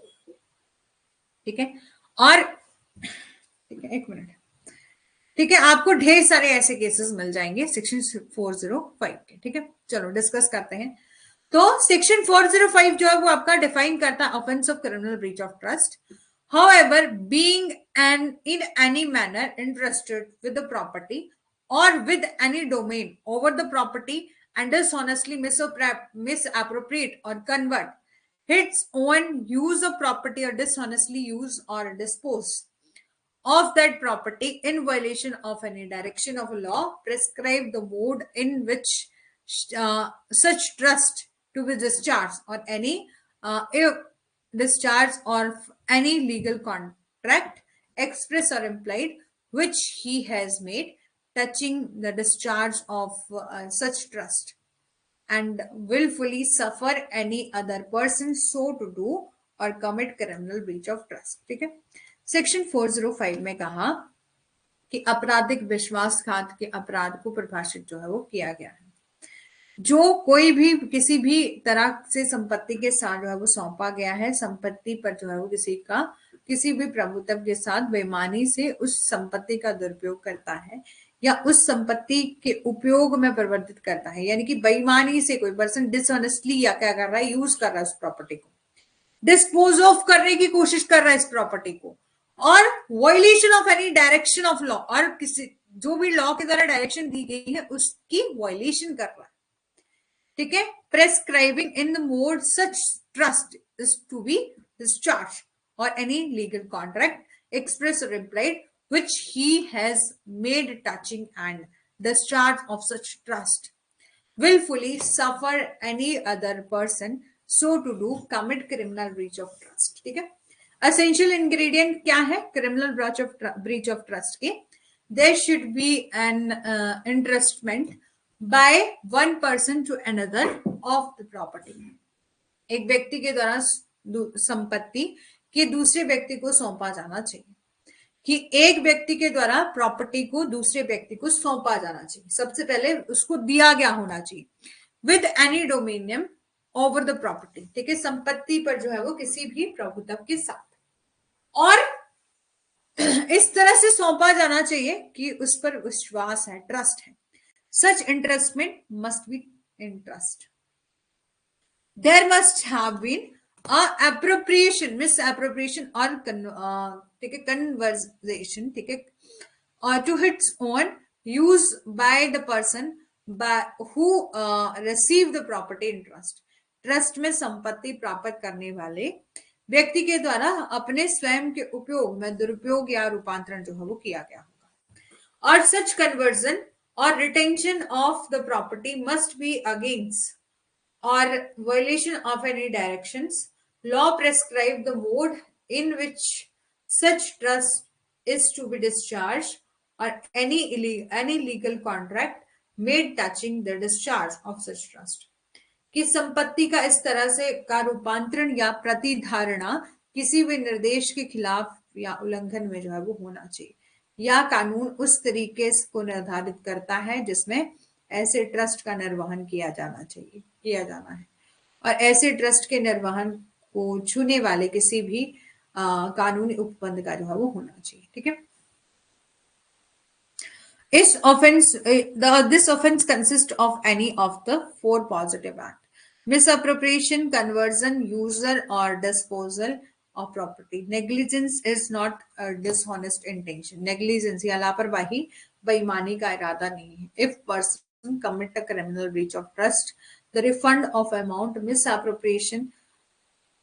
misappropriated when the act of deflect, ठीक है, is discovered and it does not absolve him of the offense. ठीक है, समझ आ रहा है. सिंपल सा misappropriation of criminal breach of trust के लिए सबसे पहले कि आपने अपनी प्रॉपर्टी को इस ट्रस्ट से दूसरे व्यक्ति के पास दिया जाना चाहिए. ठीक है, और इस तरह से सौंपा गया है कि उस व्यक्ति पर बहुत ज्यादा विश्वास है. और there must be win misappropriation or conversion of to his own use of property who received the property in trust. ठीक है, संपत्ति ट्रस्ट में संपत्ति प्राप्त करने वाला व्यक्ति के द्वारा अपने स्वयं के उपयोग में दुरुपयोग या रूपांतरण जो है किया गया होगा. पनिशमेंट क्या है? सेक्शन 406 डिफाइन में 406 में डिफाइन करी है punishment. Punishment for criminal breach of trust as imprisonment, either description for a term which may extend to 3 years or with fine. ठीक है.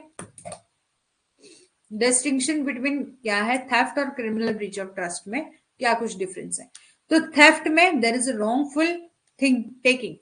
कि थेफ्ट की केस में क्या होता है, कोई पर्सन जो है रॉन्गफुली तरीके से, गलत तरीके से मूवेबल प्रॉपर्टी को लेता है बिना कंसेंट ऑफ ऑनर के. ठीक है, बिना कंसेंट ऑफ ऑनर के. लेकिन क्रिमिनल ब्रीच ऑफ ट्रस्ट में क्या होता है, एक पर्सन लॉफुली तरीके से एक्वायर करता है कंसेंट ऑनर से, लेकिन बाद में डिसऑनेस्टली मिसअप्रोप्रिएट करता है by person to whom it is interested. ठीक है, कि इन थेफ्ट के केस में, चोरी के केस में जो है वो there is a wrongful taking of movable property without the consent. ठीक है, कि ये बोला कि चोरी में जो है वो एक मालिक की सहमति के बिना गलत तरीके से चल संपत्ति जो है वो ली जाती है. लेकिन क्रिमिनल ब्रीच ऑफ ट्रस्ट में प्रॉपर्टी जो है वो लॉफुल तरीके से एक्वायर की जाती है, कंसेंट ऑफ ऑनर भी ली जाती है, but dishonestly misappropriated by person to whom it is interested. ठीक है.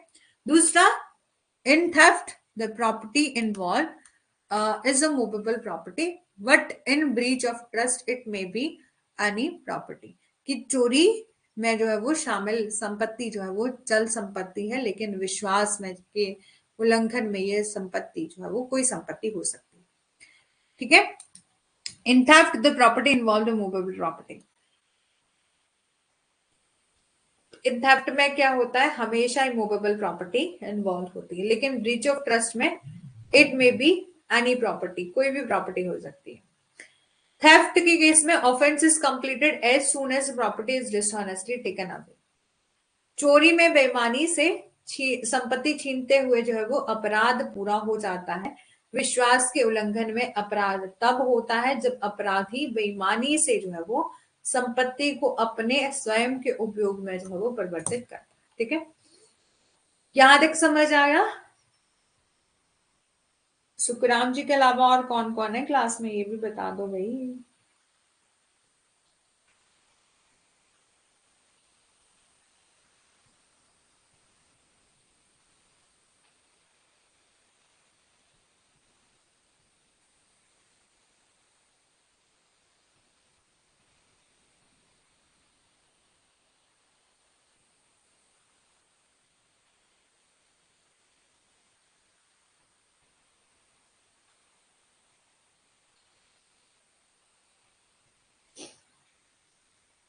चलो,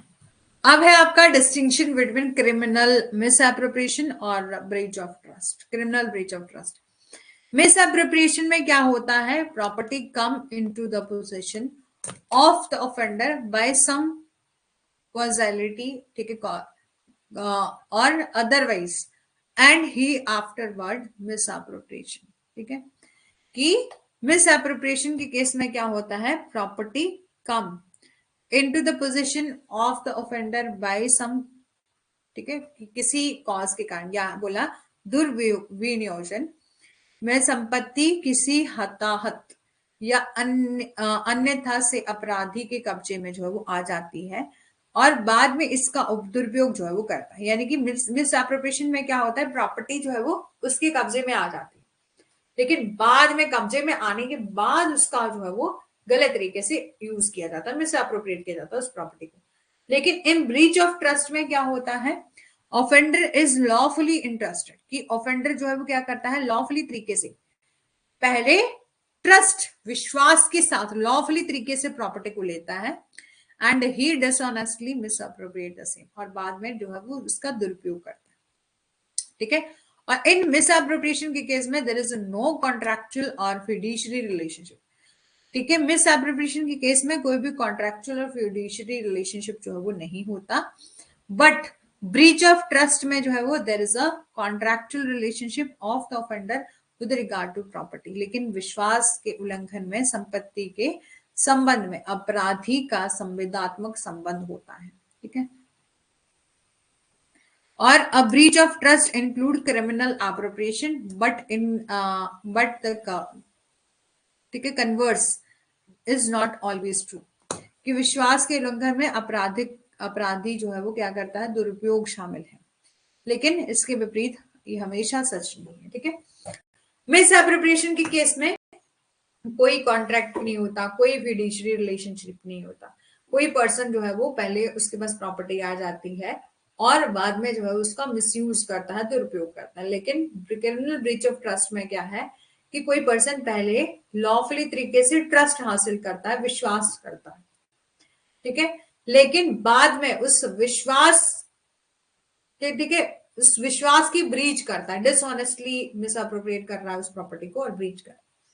सेक्शन 407 से लेकर 409 में ये बोला, सेक्शन 407 में कहा 407 is applicable to criminal breach of trust by carrier, ठीक है। ये कहा कि बियर हाउस कीपर द्वारा जो है वो विश्वास के आपराधिक उल्लंघन पर लागू होता है, ठीक है। यहाँ पर सेक्शन 407 में, ठीक है, सेक्शन 407 जो है वो आपका एप्लीकेबल है to criminal breach of trust by carrier और वार, ठीक है, वार फिंगर या हाउस कीपर के द्वारा विश्वास के आपराधिक उल्लंघन पर जो है वो लागू होता है, ठीक है। Warehouse keeper and provide punishment imprisonment 7 साल, ठीक है, 7 साल की सजा होगी।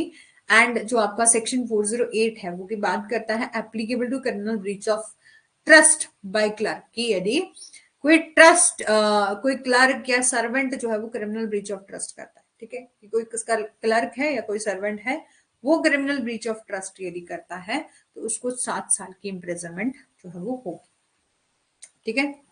और जब का सेक्शन 409 है वो बात करता है however being any manner interested with the property or with any domain over the property in his capacity of the public servant or in the way of business, banker, merchant, or factor, broker, attorney, or agent commit the criminal breach of trust in respect of a property shall be punished with imprisonment for a term which may extend to 10 years or shall be liable for, ठीक है, liable to fine. Section 409 जो है वो बात करता है, इसमें कहा गया है कि यदि कोई लोक सेवक की क्षमता या बैंकर, व्यापारी, कारक, दलाल, वकील या एजेंट के रूप में अपने व्यवसाय के माध्यम से जो है वो किसी भी तरह से संपत्ति के साथ जो है या संपत्ति पर किसी भी प्रभुत्व के साथ उस संपत्ति के संबंध में जो है वो विश्वास का आपराधिक उल्लंघन करता है तो उसे 10 साल की अवधि के लिए कारावास से दंडित जो है वो किया जाएगा और जुर्माना भी लगाया जाएगा। रिसीविंग स्टोलन प्रॉपर्टी, ठीक है, चोरी की गई संपत्ति प्राप्त करना, ये कहाँ पर दिया है, सेक्शन 411 में बताया गया है। ठीक है, तो उसमें ये कहा this is a subject matter of section 411 of code, जो कि प्रेस्क्राइब करता है कि यदि आप रिसीव कर रहे हो स्टोलन प्रॉपर्टी को, shall be punished with imprisonment which may extend to 3 year. यदि आप स्टोलन प्रॉपर्टी को क्या कर रहे हो, रिसीव कर रहे हो, तो उसको इम्प्रिजनमेंट कितनी मिलेगी, 3 साल की मिलेगी। और फाइन कितना होगा, फाइन विद ओथ, फाइन हो सकता है वो कि उस चोरी किए गए सामान के अकॉर्डिंग जो होगा। It is clear that receiver of stolen property is punished in the same way as a person who actually steal the property by section 379। ठीक है, और ये कहा इसमें स्पष्ट है कि चोरी की गई संपत्ति के प्राप्तकर्ता को उसी तरह से दंडित किया जाता है कि जैसे कि वो व्यक्ति जो कि वास्तव में सेक्शन 379 के तहत जो संपत्ति चुराता है। ठीक है, और essential requirement क्या है for convicting a person under this section are mainly 2। यहां पर बोला इस धारा के तहत जो है वो किसी व्यक्ति को दोषी ठहराने के लिए आवश्यकताएं मुख्य रूप से जो है वो 2 है, कि एक चोरी की गई संपत्ति की बेईमानी से प्राप्ति या प्रतिधारणा है, और दूसरा ये है कि उसे प्राप्ति की समय जो है वो जानकारी थी, कि उसे इस प्रॉपर्टी स्टोल करने के टाइम में जो ये जानकारी थी कि उसने रिसीव करी है प्रॉपर्टी सेक्शन 410 में निर्धारित तरीकों से जो है वो में से प्राप्त की गई है। ठीक है, देखो एसेंशियल रिक्वायरमेंट क्या है कि एक पर्सन को कन्विक्ट करने के लिए अंडर दिस सेक्शन, तो इसके लिए 2 रिक्वायरमेंट होना बहुत जरूरी है। ठीक है, कौन कौन से, तो सबसे पहले बोला उसको पता था सेक्शन 10 के तहत जो है ये प्रॉपर्टी मैंने ली है, उसको नॉलेज है कि जो मैं प्रॉपर्टी रिसीव कर रहा हूं वो सेक्शन 10 के अकॉर्डिंग जो है वो ऑब्टेन करी। सेक्शन 10 में क्या कहा है, स्टोलन प्रॉपर्टी के बारे में कहा। ठीक है, और सेक्शन 11 में कहा डिसऑनेस्टली तरीके से रिसीव की जा रही है स्टोलन प्रॉपर्टी, तो ऐसा माना जाएगा कि उसी ने स्टोलन प्रॉपर्टी या उसी ने स्टोल करी है प्रॉपर्टी, चोरी उसी ने करी है।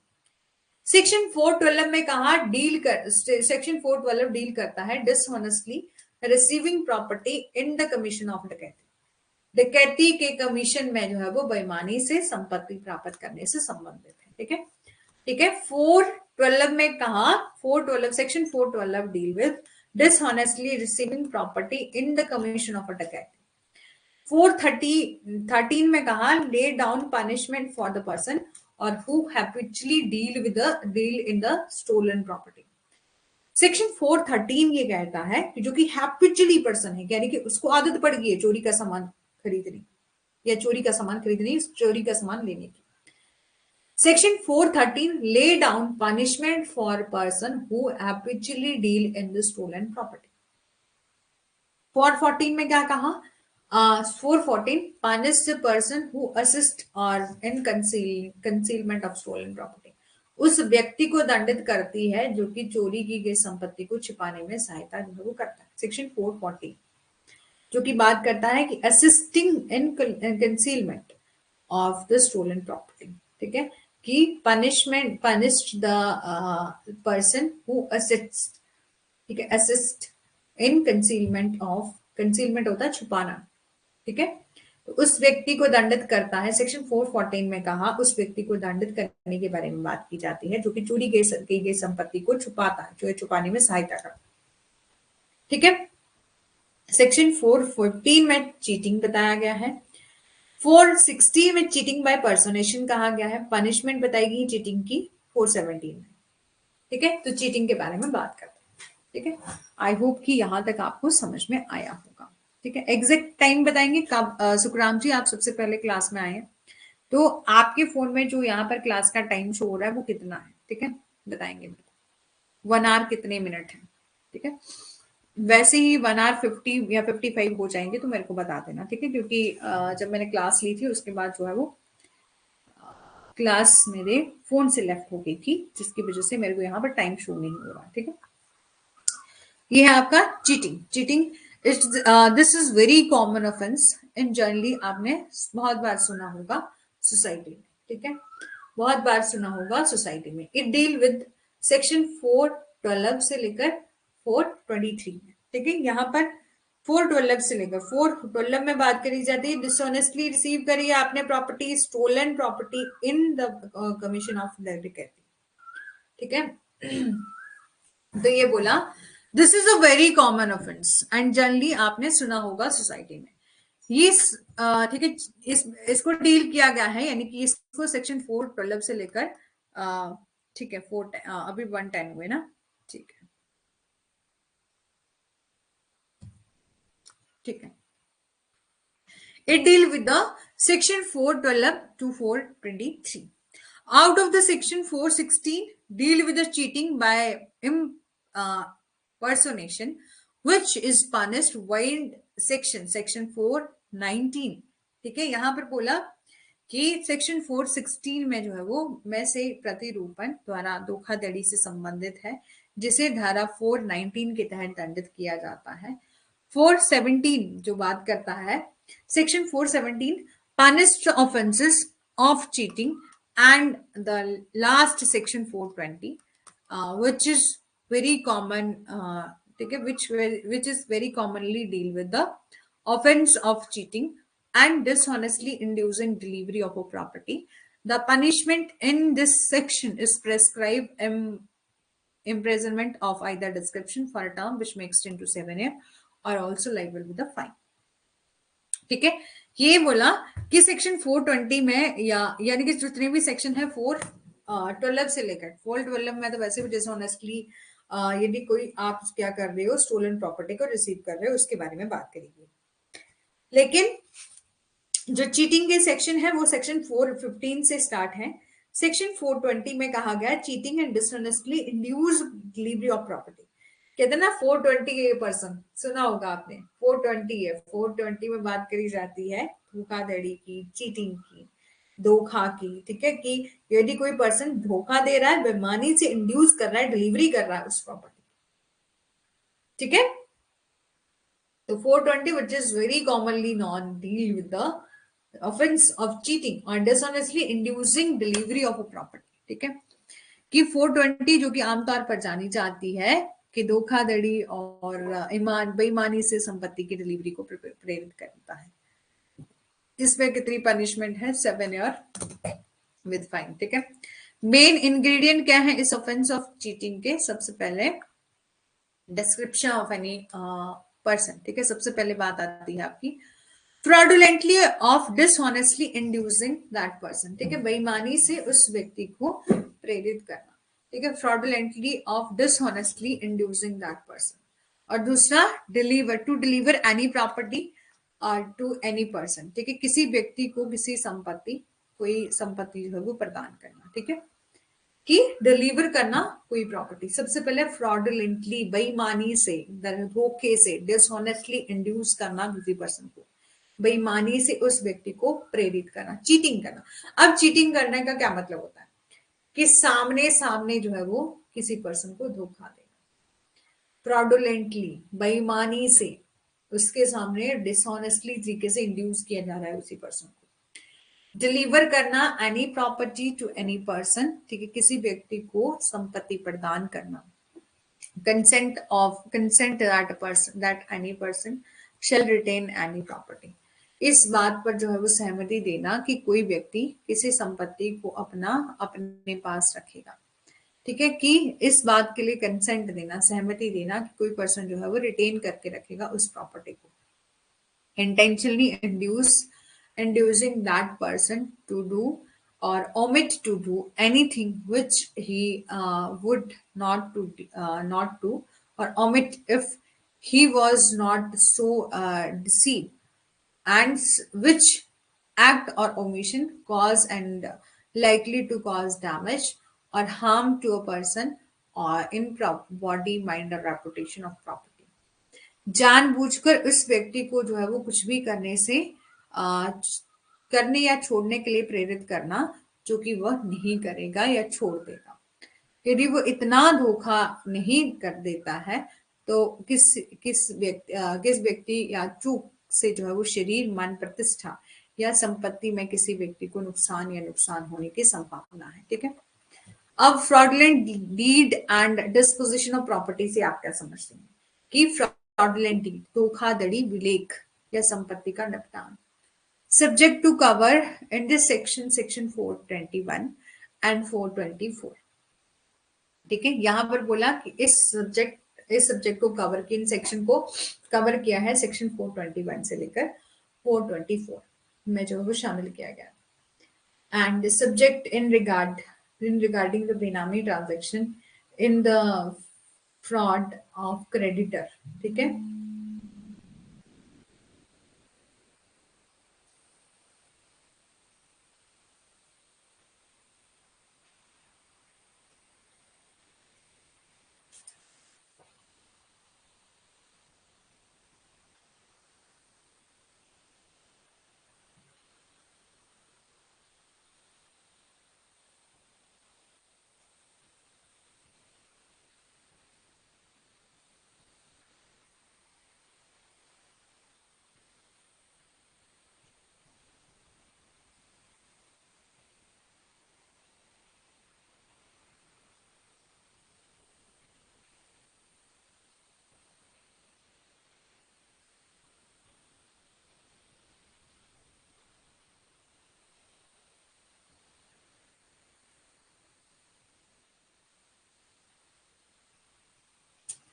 चलो, fraudulent deed and disposition of property subject is this subject is covered under section 421 to 424।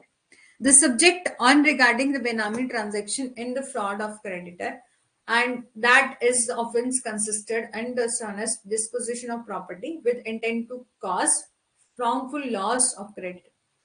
कि फ्रॉडुलेंट डीड आप बना रहे हो, कि धोखाधड़ी से आप डीड बना रहे हो जिसमें लेनदारों की धोखाधड़ी में बेनामी लेन देन के बारे में विषय अर्थात अपराध में लेन देन को गलत तरीके से नुकसान पहुंचाने के इरादे से संपत्ति के बेईमान स्वभाव में जो वो शामिल है।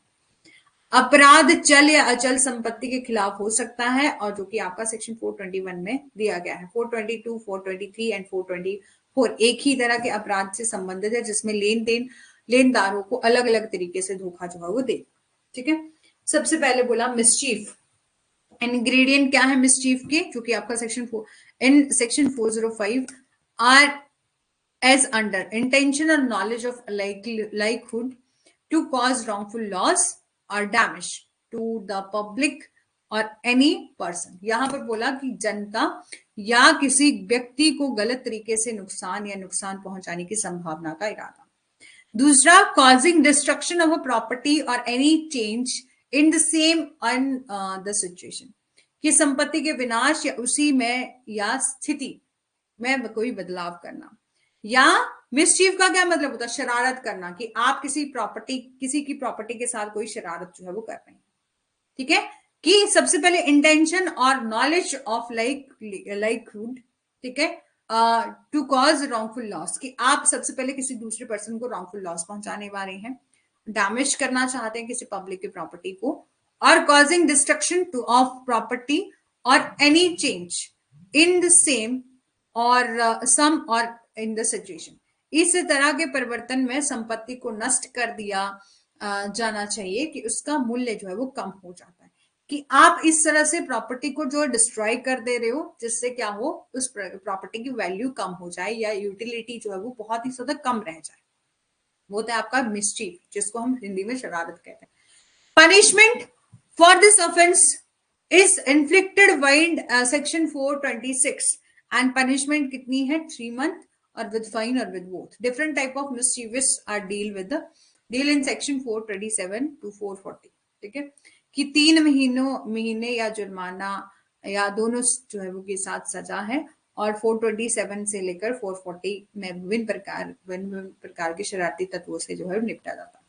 दूसरा है क्रिमिनल ट्रेसपास। ठीक है, criminal trespass offence of this type are deal in section 441 to 460।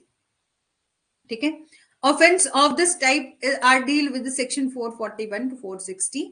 3 essentials बताए गए हैं। सबसे पहले, आप क्या कर रहे हैं, किसी दूसरे पर्सन की प्रॉपर्टी में एंटर हो रहे हैं। क्रिमिनल ट्रेसपास मतलब कि आप जो है वो ट्रेसपास कर रहे हैं, गलत तरीके से जो है वो किसी दूसरे पर्सन की प्रॉपर्टी में जा रहे हैं। Entry into property, into the property which is possession of other person without consent, कि आप उस संपत्ति में प्रवेश कर रहे हो जो कि सहमति के बिना है या किसी अन्य व्यक्ति के कब्जे में है। और if such entry is with the permission, और यदि ऐसी एंट्री विद द परमिशन के साथ की जा रही है, and then staying after the permission is withdraw, कि अनुमति वापस लेने के बाद जो है वो आप रुक रहे हो, अर्थात उक्त प्रविष्टि शुरुआत में जो है वो वैध थी, लेकिन यदि आप वहां पर गैर कानूनी रूप से जो है वो आप वहीं पर रहते हो, अनलॉफुल तरीके से आप वहीं पर रहते हो, तो वो भी आपका क्रिमिनल ट्रेसपास में आता है। और the entry and remaining there unlawfully and with the intention, ठीक है, गैर कानूनी रूप में से जो है वो इरादे से वहां प्रवेश या शेष, कि आप वहां पर एंटर कर रहे हो बिल्कुल गैर कानूनी तरीके से, ठीक है, बिल्कुल गैर कानूनी तरीके से जो है वो आप क्या कर रहे हो, वहां पर एंटर कर रहे हो। टू कमिट ऑफेंस, तो आप जो है वो एंट्री कर रहे हो, क्यों? क्योंकि आपको ऑफेंस कमिट करना है, आपको किसी पर्सन को इंसल्ट करना है, अनॉय करना है, इंटीमीडिएट करना है, अपमान करना है, या उसे नाराज करना है या धमकाना है। The person who is in possession of a property, ठीक है, जिसके पोजेशन में क्या है, प्रॉपर्टी है। This offence is defined section 440, ठीक है, इस अपराध को संहिता की धारा 440 में परिभाषित जो है वो किया गया है। इस प्रकार के अति 4 हैं कि घर का अतिक्रमण या घर तोड़ना या घर और छिपना, घर का अतिक्रमण, कि there are the several type of trespass, और हाउस ट्रेसपास, हाउस ब्रेकिंग या लुकिंग हाउस ट्रेसपास, ये सब जो है वो इसी में आते हैं, यानी कि टू कमिट करना ऑफेंस। आप एंट्री क्यों कर रहे हो? क्योंकि आप ऑफेंस कमिट करना चाहते हो, इंसल्ट करना चाहते हो, इंटीमिडेट करना चाहते हो, ठीक है, किसी पर्सन के पोजेशन ऑफ प्रॉपर्टी में, ठीक है। दूसरा है, आई होप कि आपको यहां तक सेशन जो है वो समझ आया होगा, जिसमें हमने कंप्लीट कर लिया ऑफेंस रिलेटेड टू प्रॉपर्टी, ठीक है, समझ आ गया। अब फिर हम नेक्स्ट करेंगे ऑफेंसेस रिलेटेड टू चिल्ड्रन, ठीक है, offences against child under the IPC. यहां तक बताएंगे किस किस को समझ आ गया है और कौन कौन क्लास में है।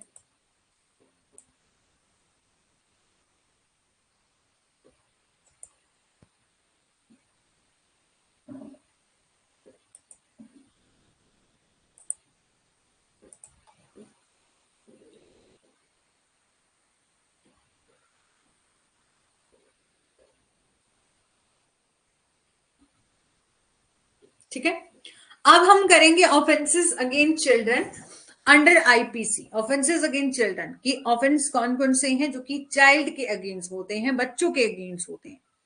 तो मोस्ट सबसे ज्यादा असुरक्षित और सभ्य शिकार होते हैं कौन? बच्चे। विक्टिम कौन होते हैं? बच्चे, ठीक है। और समाज में उनके खिलाफ अपराध किए जाते हैं, और बच्चों के अधिकारों के संरक्षण और उनकी सुरक्षा को सुरक्षित करने के लिए अनुमोदित सबसे महत्वपूर्ण कानून कौन सा है? पोस्को एक्ट बनाया गया, एंड जुवेनाइल जस्टिस एक्ट जो है वो बनाया गया। देखो, सबसे ज्यादा शिकार कौन होते हैं क्राइम्स का? बच्चे, ठीक है। और बच्चों के खिलाफ जो है वो, ठीक है, चिल्ड्रन के खिलाफ जो है वो कमिट होते हैं ऑफेंस सोसाइटी में। मोस्ट इंपॉर्टेंट लेजिस्लेशन क्या है जो कि प्रोटेक्ट करता है चिल्ड्रन के राइट्स को और सिक्योर करता है देयर सेफ्टी को? क्या है? पॉस्को एक्ट है, एंड जुवेनाइल जस्टिस एक्ट है। इंडियन पेनल कोड 1860 जो कि बात करता है, give the description about the various misdeed which are performed against the children and punished their risk under the various section of IPC, homicide, ठीक है, ठीक है, या फिटिसाइड या किडनैपिंग, सेक्सुअल एक्ट, ये सब जो है वो ऑफेंसेस जो कि रिलेटेड होते हैं किससे? बच्चों के, ठीक है। जैसे कि कन्या भ्रूण हत्या या अपहरण, यौन कृत्य या कुछ ऐसे अपराध जो कि आईपीसी में दिए गए हैं, वो बच्चों के खिलाफ होते हैं। जी मैम, आ गया, ठीक है, बहुत बढ़िया है, ठीक है। अब है आपका what are the offences against the children. कौन कौन से ऑफेंस होते हैं जो कि चिल्ड्रन के अगेंस्ट होते हैं? सबसे पहले, before learning about the various form of offences against the juvenile, कि आप जब भी जैसे कि अलग अलग टाइप ऑफ ऑफेंसेस जो कि हम डिस्कस करेंगे, before learning about the various form of offences against the juvenile, we must first acknowledge our self with the concept of offence against the juvenile, ठीक है। तो हमें सबसे पहले किशोरों के खिलाफ अपराधों की अवधारणा के साथ जो है वो खुद को स्वीकार करना चाहिए। यानी कि सच यंग पर्सन, ऐसे युवा व्यक्ति जो for the purpose of legal consideration ranging from newly born baby, ठीक है, जो कि सबसे पहले हमें ये जानना चाहिए कौन से, अब हमने कहा कि ऑफेंसेस अगेंस्ट द चिल्ड्रन, कि बच्चों के खिलाफ अपराध होते हैं, तो बच्चे होते कौन है? जो कि अभी न्यूली बॉर्न बेबी है, यानी कि अभी भी उन्होंने जन्म लिया है, से लेकर, ठीक है, 0 से लेकर 18 साल की एज के लोग होते हैं, उनको हम चाइल्ड कंसिडर करते हैं। The child, therefore, for the sake of legal protection and consideration, is deemed to any person of any gender, age between the 0 to 18 year of age. ठीक है। अब any offense or offenses committed against the child or children is or are regarded as offense against the children and juveniles. ठीक है। किसी बच्चे या बच्चों के खिलाफ किए गए किसी भी अपराध या अपराध को बच्चों या किशोरों के खिलाफ जो है वो अपराध माना जाता है। Offences for being considered as offence against the juvenile need not be criminal activities like kidnapping, murder, rape and, ठीक है, and but also verbal, physical, mental abuse inflicted upon a children.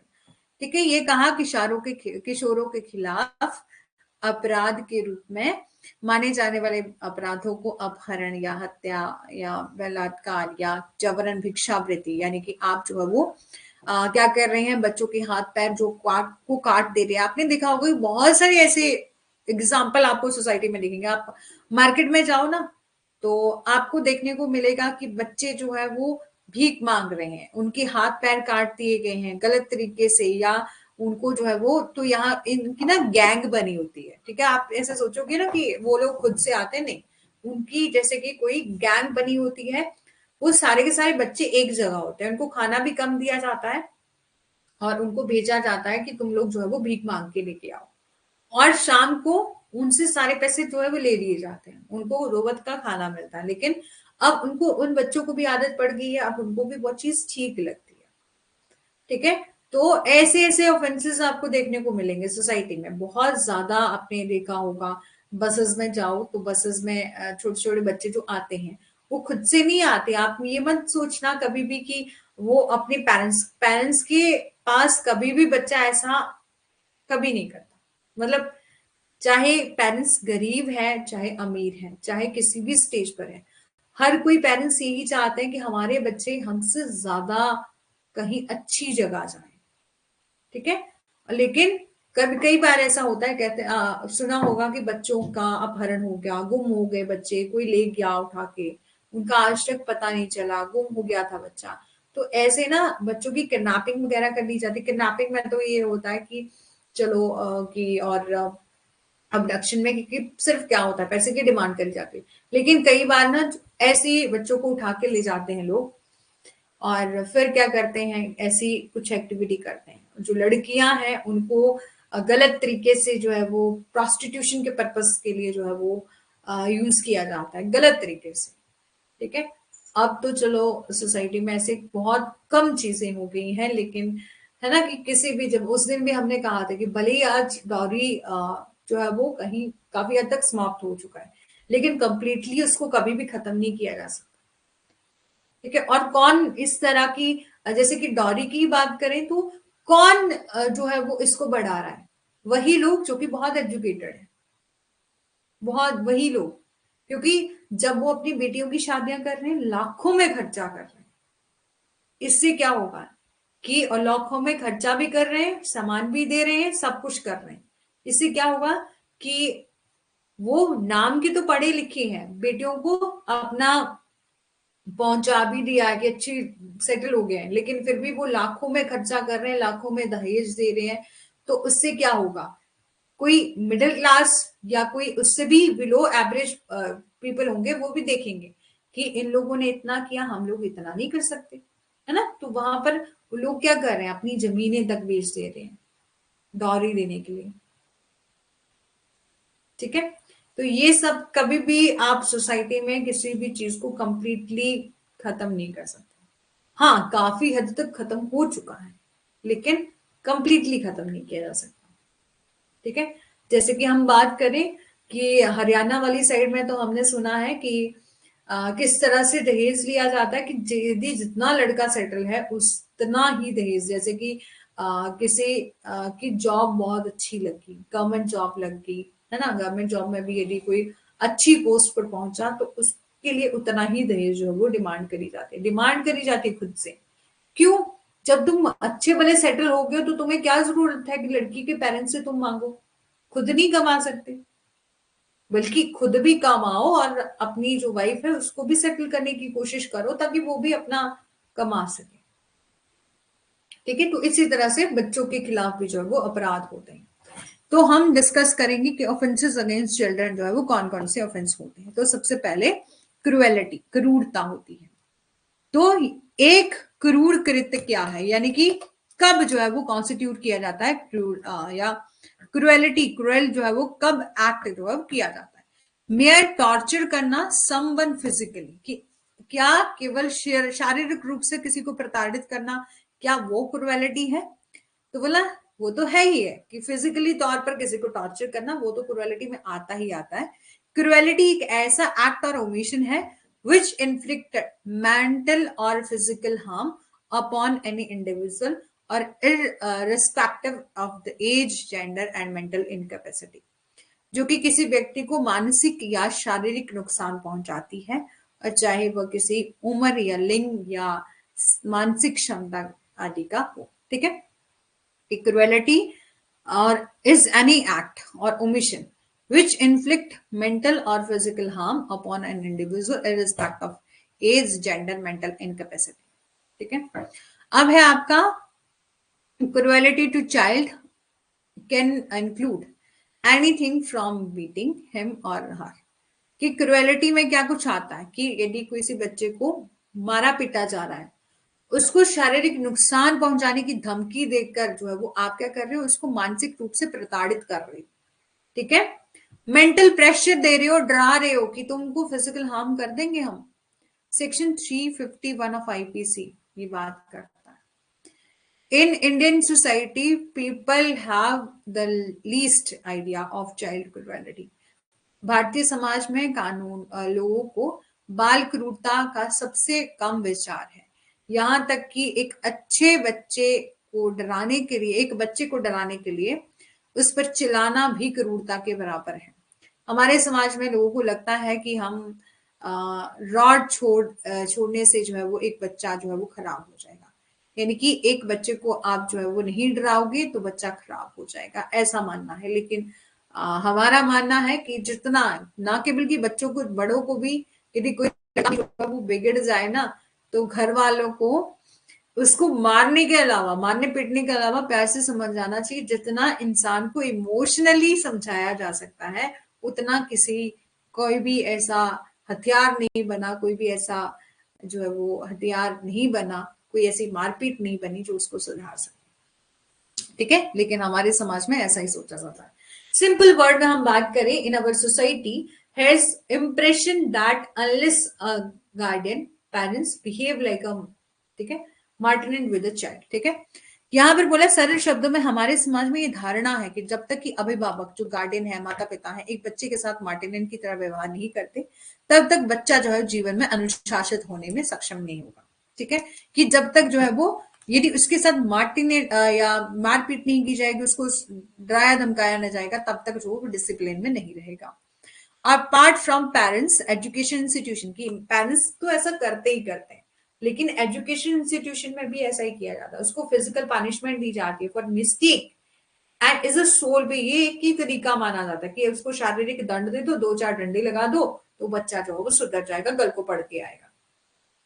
Therefore, cruelty toward the children has become an accepted notion। ठीक है, इसलिए बच्चों के प्रति जो है वो क्रूरता एक स्वीकृत धारणा जो है वो बनेगी। अब देखो ना कि पेरेंट्स, ठीक है, पेरेंट्स जो है वो जरूरी नहीं होता कि हर किसी के पेरेंट्स टीचर हों या बहुत अच्छी अच्छी पोजीशन पर हो, है ना।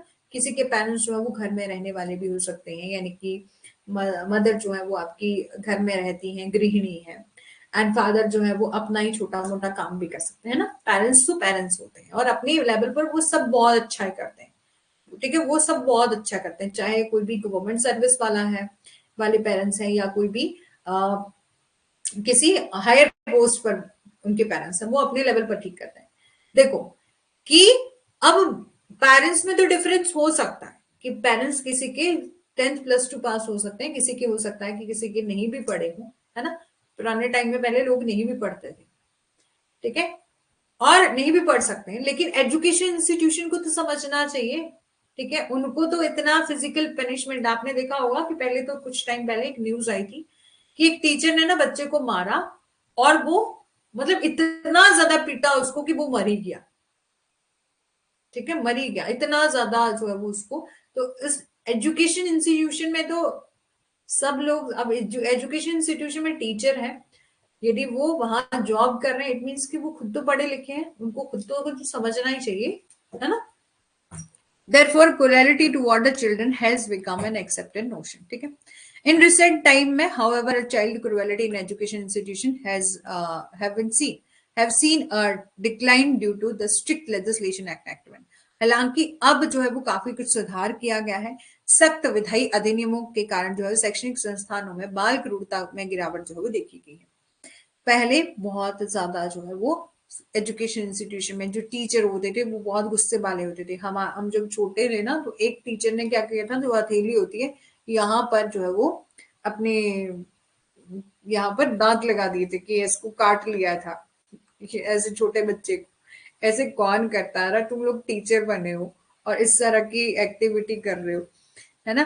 तो वो उस टाइम बहुत ज्यादा था। उस टाइम क्या कि मतलब जब हम बहुत छोटे थे उस टाइम की बात कर रहे हैं, लेकिन अब तो काफी ज्यादा जो है वो लेजिस्लेशन बने हैं, ठीक है, एजुकेशन इंस्टीट्यूशन बने हैं, एजुकेशन इंस्टीट्यूशन में अच्छे तरीके से बिहेव किया जाए बच्चों के साथ, उसके लिए जो है वो अलग अलग लेजिस्लेशन बनी है। But domestic abuse yet grows unaddressed or because the children by themselves are unaware of their right. लेकिन घरों में बच्चों के साथ जो है वो घरेलू शोषण अभी भी तक ध्यान नहीं दिया जाता है, क्योंकि बच्चे जो है वो अपने आप में अपने अधिकारों से अनजान है, ठीक है। Apart from the education institution, home children can prone to cruelty even from their peers, ठीक है। कि शैक्षणिक संस्थानों के अलावा या घर के अलावा बच्चों को अपने साथियों यानी कि अन्य बच्चों जो कि उम्र में बड़े हैं उनसे भी जो है वो क्रूरता का खतरा जो है वो हो सकता है, ठीक है। जैसे बुलिंग करना, ठीक है, बुलिंग मीन अब्यूजिंग और मिसट्रीटिंग समवन और वनरेबल और बाय समवन स्ट्रॉन्गर और मोर पावरफुल। कि एक व्यक्ति जो कि अधिक शक्तिशाली है उसके द्वारा जो कमजोर व्यक्ति है, व्यक्ति मतलब जो कि कमजोर या छोटा चाइल्ड है, उसके साथ दुर्व्यवहार करना या उसको गाली देना, बुलिंग का ये मतलब होता है, बुलिंग करना, ठीक है। आपने मूवी भी देखी होगी या रील्स वगैरह भी देखी होंगी जिसमें एक लड़के ने, एक छोटा बच्चा होता है, उसको एक उसका सीनियर क्या करता है, उसके साथ गलत हरकतें करता है, ठीक है, और उसके उसको जो है वो परेशान करता है। तो इस तरह से क्रूरलिटी भी जो है आपको देखने को मिल सकती है। अब employment to child for begging, ठीक है, भीख मांगने के लिए बच्चों को का रोजगार। रिमेंबर, ठीक है, चार्ल्स डिकेंस के द्वारा ओलिवर ट्विस्ट याद है, जहां पर where the leader of a child begging rack name of it, यहां पर बोला कि जहां पर फगीन नाम के बाल भिक्षावृत्ति रॉकेट रैकेट का सरगना गरीब और अनाथ बच्चों से को भीख मांगने, जेब तराशी और चोरी करने की कला का प्रशिक्षण देता था, ठीक है, जो कि हमने अभी भी बात करी थी कि ऐसे कुछ रैकेट्स बने होते हैं, ऐसे कुछ गैंग्स बनी होती हैं जो कि बच्चों को ये शिक्षा देती है कि तुम भीख मांगोगे, तुम जेब कतरी करोगे, तुम चोरी करोगे, ठीक है। कभी भी इंसान कहते ना कि ये इंसान जो है वो चोर है, ये है वो है, इंसान गलत नहीं होता, उसको वहां का माहौल ऐसा मिला होता है, उसको लोग ऐसे मिले होते हैं। यदि कहते हैं ना कि ये संगति का असर बहुत जल्दी होता है। सबसे पहले इंसान सीखता है अपने घर से, यदि उसको घर से अच्छा माहौल मिला है तो वो बच्चा कभी नहीं, बहुत कम चांसेस होते हैं कि वो बाहर के लोगों से थोड़ा सा इंटरेक्ट होके जो है वो बिगड़ जाए। ठीक है, तो यहाँ पर बोला कि एक फगीन नाम का एक भिक्षावृत्ति रैकेट था। रैकेट का नाम रैकेट जो है वो चलाया गया था, जहां पर गरीब, जो कि गरीब बच्चे थे, जो कि अनाथ बच्चे थे, उनको भीख मांगना सिखाया जाता था, उनको पिक पॉकेटिंग जो है सिखाया जाता था, स्टीलिंग जो है वो सिखाया जाता, चोरी करना जो है वो सिखाया जाता था। ठीक है, इंटॉक्सिकेशन ऑफ चाइल्ड। ठीक है, एज ऑलरेडी मेंशन बिफोर, ठीक है, कि पहले ही हमने डिस्कस किया कि आप एक बच्चे को भिक्षा प्रदान करते हैं जो कि खुद को भूखा होने का दावा करता है, और ये कहता है कि मैं बहुत दिनों से भूखा हूं, मेरे को ये दे दो, मेरे को वो दे दो, वो किसी रॉकेट लीडर के हाथों में जो है वो समाप्त हो सकता है। कभी कभी इनको सिगरेट पिलाई जाती है, शराब, ड्रग्स आदि जो है वो नशीले पदार्थ उनको दिए जाते हैं, ताकि, ठीक है, उनको दिए जाते हैं, कंजम्पशन करवाया जाता है, intoxication like cigarette, alcohol and drugs. ठीक है, और ऐसे विक्रेता, there are the seller who for their the greed of gain to sell these intoxicating substance to our children. क्योंकि ऐसे विक्रेता हैं जो कि अपने लाभ के लालच में इन नशीले पदार्थों को बच्चों को बेचते हैं। और बच्चों को एक बार, बच्चों के बड़ों को भी एक बार लत लग जाती है, तो फिर तो आपने देखा होगा, अपने शहरों में देखा होगा, जब जो नशा करते हैं ना, जो उनके पास नशा नहीं होता, ड्रग्स वगैरह नहीं होता, तो लोगों की चोरियां कर लेते हैं। एक बार मेरा खुद का भाई चंडीगढ़ में जॉब करता है, ठीक है, तो उसके साथ भी ऐसा हुआ था, और एक उसका फ्रेंड था, ठीक है, उसके साथ भी ऐसा हुआ था कि वो शाम को जा रहा था ड्यूटी के लिए, नाइट शिफ्ट के लिए, तो वो उसने ऐसे फोन लगाया था, तो वो फोन को चोरी करके ले गया, एकदम से बाइक पर 3 लोग आए और उसके फोन को चोरी करके चले गए। तो ये वो लोग होते हैं जिनको ये सब जो है वो, जो कि नशे में पड़ गए हैं, अब उनको कभी नशा नहीं मिलेगा तो वो लालची हो जाएंगे, वो यहाँ वहां से चोरियां करेंगे, उस सामान को बेच देंगे, उससे जो पैसे आएंगे उससे नशा कर लेंगे। तो ऐसे वहां पर शहरों में ऐसे बहुत सारे आपको केसेस देखने को मिल जाएंगे। ठीक है, तो देर आर द सेलर, जो कि ऐसे सेलर होते हैं जो कि अपने लाभ के लिए जो है वो लालच में इन नशीली पदार्थों को जो है वो बच्चों को बेचते हैं। और चूंकि जो रैकेट लीडर होता है also tend to intoxicate the kids, so कि वो जो नशे बच्चों को नशा कर, देखिए उनका एक नेता होता है जो कि बच्चों को नशा कराता है ताकि उनको कंट्रोल किया जा सके। ठीक है, उनको नशा जो है वो करवाया जाता है ताकि उनको कंट्रोल किया जा सके, और बच्चे ना तो भागे। अब देखो कि एक बार आदत पड़ गई किसी को नशे की, तो वो बोलते हैं कि और दो और दो, तो वो भागेंगे भी नहीं, ठीक है, वहीं रहेंगे।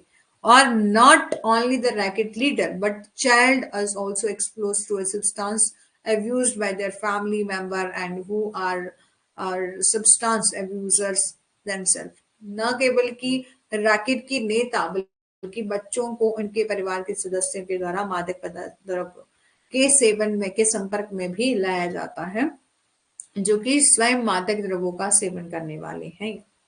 Again, post intoxication a child might be kidnapped for the purpose of sale and procurement. फिर भी जो है नशा करने के बाद बिक्री और खरीद के उद्देश्य से बच्चों का अपहरण जो है वो किया जा सकता है। ठीक है, और इसके अलावा बच्चों की किडनैपिंग और अबडक्शन भी होती है। ठीक है, ऑल दो तो क्या हमने किडनैपिंग और अबडक्शन के बारे में डिस्कस कर लिया है, लेकिन हम आज डिस्कस कर रहे हैं कि हम किडनैपिंग और अबडक्शन हो रही है क्यों, बच्चों की। ठीक है, वो भी बच्चों की होती है, लेकिन यहाँ पर भी ये बोला गया है कि ऑफेंसेस कौन कौन से हैं अगेंस्ट द चाइल्ड, तो उसमें भी हम जो है डिस्कस कर रहे हैं। यद्यपि अपहरण, किडनैपिंग और अबडक्शन का यूज जो है वो सिनोनिमसली किया जाता है for the referring to the same purpose. ठीक है, कि there are exist at the thin differential line between the two. ठीक है, कि ये बोला कि दोनों के बीच में एक पतली अंतर रेखा मौजूद है। The kidnapping usually refers to removal of a minor from the lawful custody of a parents or guardian।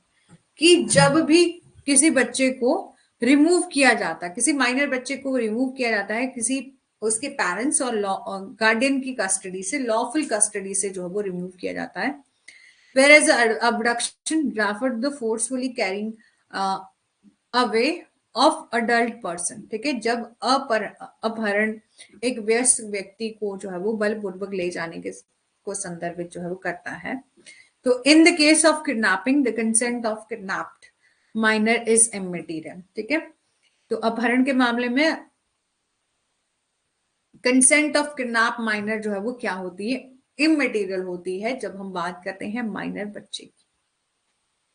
तो उसको उसकी कंसेंट से लिया जा रहा है। क्यों? क्योंकि आप क्या कर रहे हो, कोई पर्सन क्या कर रहा है, उसको खाने पीने का लालच दे रहा है, बच्चों को चॉकलेट दिखाई जाती है, उनको उनकी कंसेंट से ले जाया जाता है, तो ये आपकी इममेटीरियल कोई मायने नहीं रखती। However in case of abduction the consent of adult and so abducted and can be a good defense for the accused during the criminal proceedings, ठीक है। लेकिन इस तरह से अपहरण अबडक्शन किए गए व्यक्ति की सहमति, यदि किसी अडल्ट को अबडक्ट किया जा रहा है तो आपराधिक कार्यवाही के दौरान जो है वो आरोपी के लिए एक अच्छा बचाव जो है वो हो सकता है, ठीक है, किडनैपिंग और अबडक्शन के केस में। However, we will deal with the kidnapping of children, which is an emerging issue in contemporary society. हम बच्चों के अपहरण से निपटेंगे जो कि समकालीन समाज में जो है वो एक उभरता हुआ मुद्दा है। सबसे पहले कि किडनैपिंग जो है वो कई तरह से या वैरायटी ऑफ रीजन की वजह से जो है वो की जा सकती है। कौन कौन से रीजन है? अच्छा 146 चलो थैंक यू सो मच। चलो कोई बात नहीं, थोड़ा सा कर लेते हैं, ठीक है, फिर खत्म कर देंगे।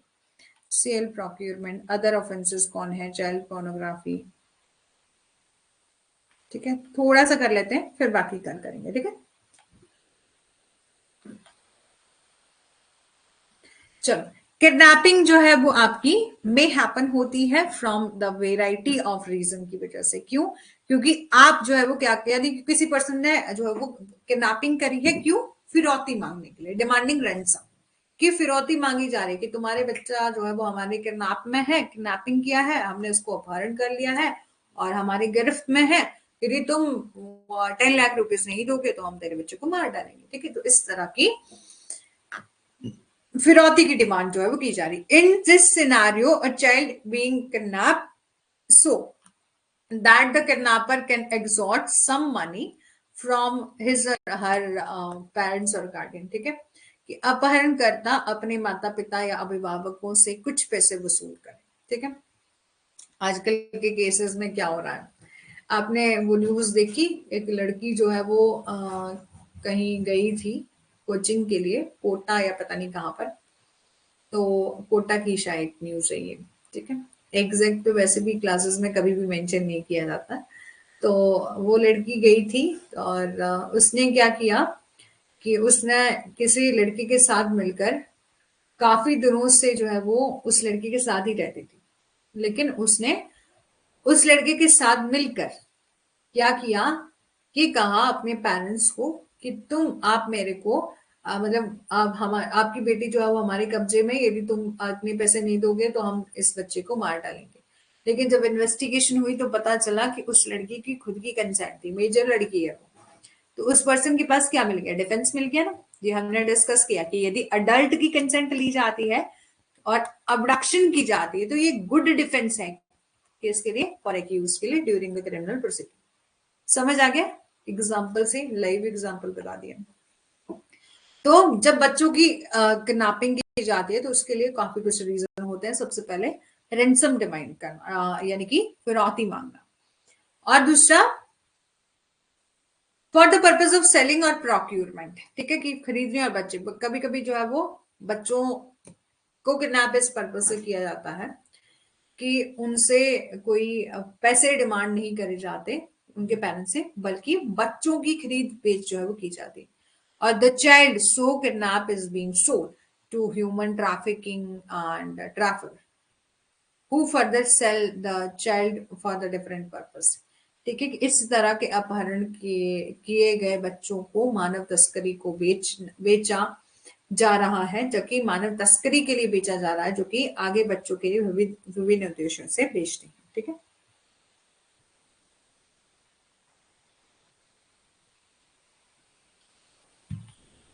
और पेरेंटल चाइल्ड अबडक्शन, कभी कभी जो है वो आपने देखा होगा कि माता पिता ही अबडक्शन करते हैं। क्यों?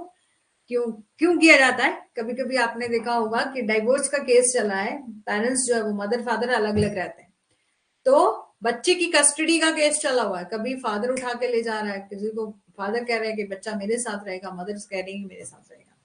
तो अपहरण जो है वो माता पिता के द्वारा भी किया जाता है इन सब केसेस में।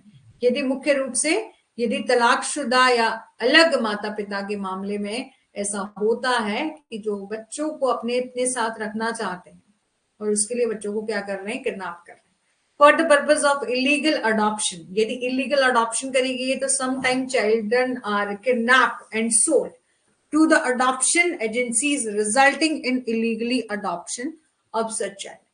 अवैध गोद लेने के उद्देश्य से कभी कभी जो है बच्चों को अपहरण कर लिया जाता है और उन्हें गोद लेने वाली एजेंसियों को बेच दिया जाता है, जिसके परिणाम स्वरूप बच्चों को अवैध रूप से गोद जो है वो लिया जाता है। आप क्या सोचते हैं, जो अनाथ आश्रम बनाए जाते हैं, क्या वहां पर बच्चे जो हैं वो सेफ रहते हैं? यदि गवर्नमेंट हो तो गवर्नमेंट का तो पता नहीं, लेकिन कभी कभी जो है वो ट्रस्ट के थ्रू कोई एनजीओ बनाया गया है जहां पर कोई, ठीक है, यदि वहां पर ऐसा कुछ हो रहा है, यानी कि वहां पर बच्चों को के रहने का जो स्थान बनाया गया, अनाथ आश्रम बनाया गया है, तो वहां पर क्या होता है, जैसे जो बच्चे होते हैं जब थोड़े से मेजर हो जाते हैं, थोड़े से, ठीक है, अभी उन्होंने मतलब 18 ईयर कंप्लीट ना करते हुए अभी 14 तक काम कंप्लीट कर लिया है, तो वहां उन बच्चों से करवाया जाता है, लड़कियों का मिसयूज किया जाता है, उनको गलत तरीके प्रोस्टिट्यूशन के पर्पस के लिए जो है वो उनका यूज किया जाता है और आगे बेच दिया जाता है। इन ये सब एक्टिविटी अनाथ आश्रमों में भी होती है, क्योंकि हर जगह सही लोग भी होंगे, गलत भी होंगे, ठीक है, इसलिए कहते हैं कि एकदम पे किसी पर भरोसा नहीं करना चाहिए। लेकिन हम लोगों की क्या आदत होती है, कोई सामने वाला बहुत अच्छे से बात कर रहा है, हम लोग सोचते हैं जैसे हम है वैसे वो है, ठीक है, और विश्वास कर लेते हैं, ठीक है। और फिर है आपका मर्डर, ठीक है। तो देखो यहां पर भी कहा ना, कभी कभी जो है वो इलीगल अडॉप्शन भी होती है, कि सम टाइम जो है वो कुछ बच्चों को किडनैप किया जाता है और सोल, यानी कि कभी किडनैपिंग कर ली जाती है और उस किडनैप किए गए बच्चे को आगे बेच दिया जाता है। और कभी कभी अडॉप्शन एजेंसीज कोई कोई होती हैं जो कि बच्चों को अडॉप्ट करती हैं और आगे किसी को बच्चों को देती हैं। ऐसे पेरेंट्स जो कि उनके पास जाते हैं कि हमारे पास बच्चा नहीं है, हमें बच्चा दे दो। तो वैसे तो हमने देखा है कि अडॉप्शन में वैलिड अडॉप्शन तभी होगी यदि कोई पैसे का लेन देन नहीं किया गया होगा, लेकिन होता है यहाँ पर भी। ये जो एजेंसीज हैं वो इलीगल अडॉप्शन करती हैं सच चिल्ड्रन का। फिर है आपका murder. Some time children are kidnap किए जाते हैं बाय एक्सोटिंग रैंसम, और अमाउंट जब रिसीव हो जाता है तो उन बच्चों का मर्डर कर दिया जाता है by the kidnappers. So children can provide witness, ताकि बच्चे जो है वो विटनेस ना बने, आगे जाकर जो है वो उनके खिलाफ गवाही ना दे दें, इसलिए जो क्या किया जाता है, बच्चों को वहीं पर मार दिया जाता है। Again some time children are kidnap for the various reason like a family or personal, ठीक है, कि वेरियस रीजन जो है हो सकते हैं, जैसे कि पारिवारिक कला, व्यक्तिगत प्रतिशोध आदि, ठीक है, तो अलग अलग रीजन हो सकते हैं। फिर है आपका सेल और प्रोक्यूरमेंट। सेल और procurement of child is emerging and problematic issue है in the contemporary time frame.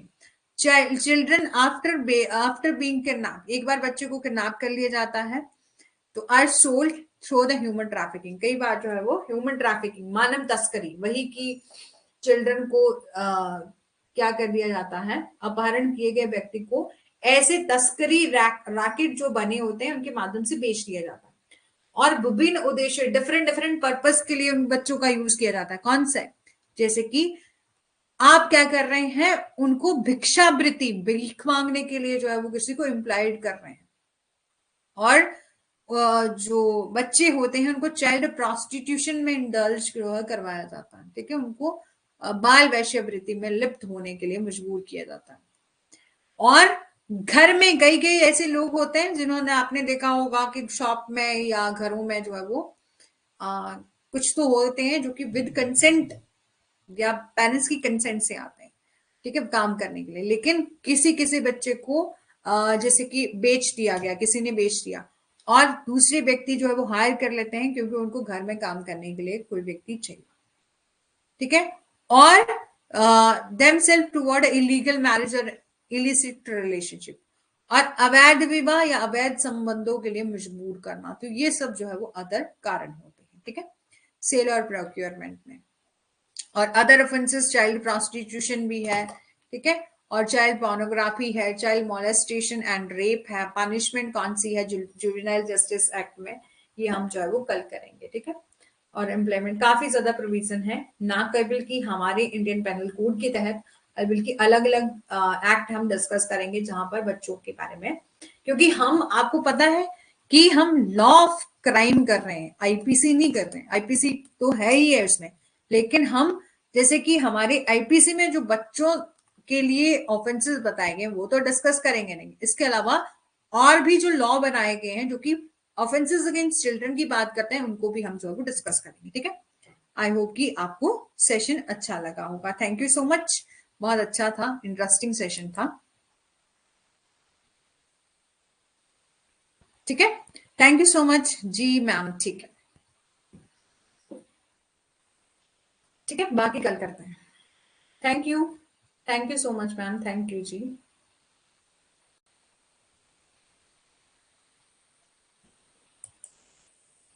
एक बार एग्जैक्ट टाइम बताना सुखराम जी, क्लास का एग्जैक्ट टाइम बताना, यदि हैं क्लास में तो।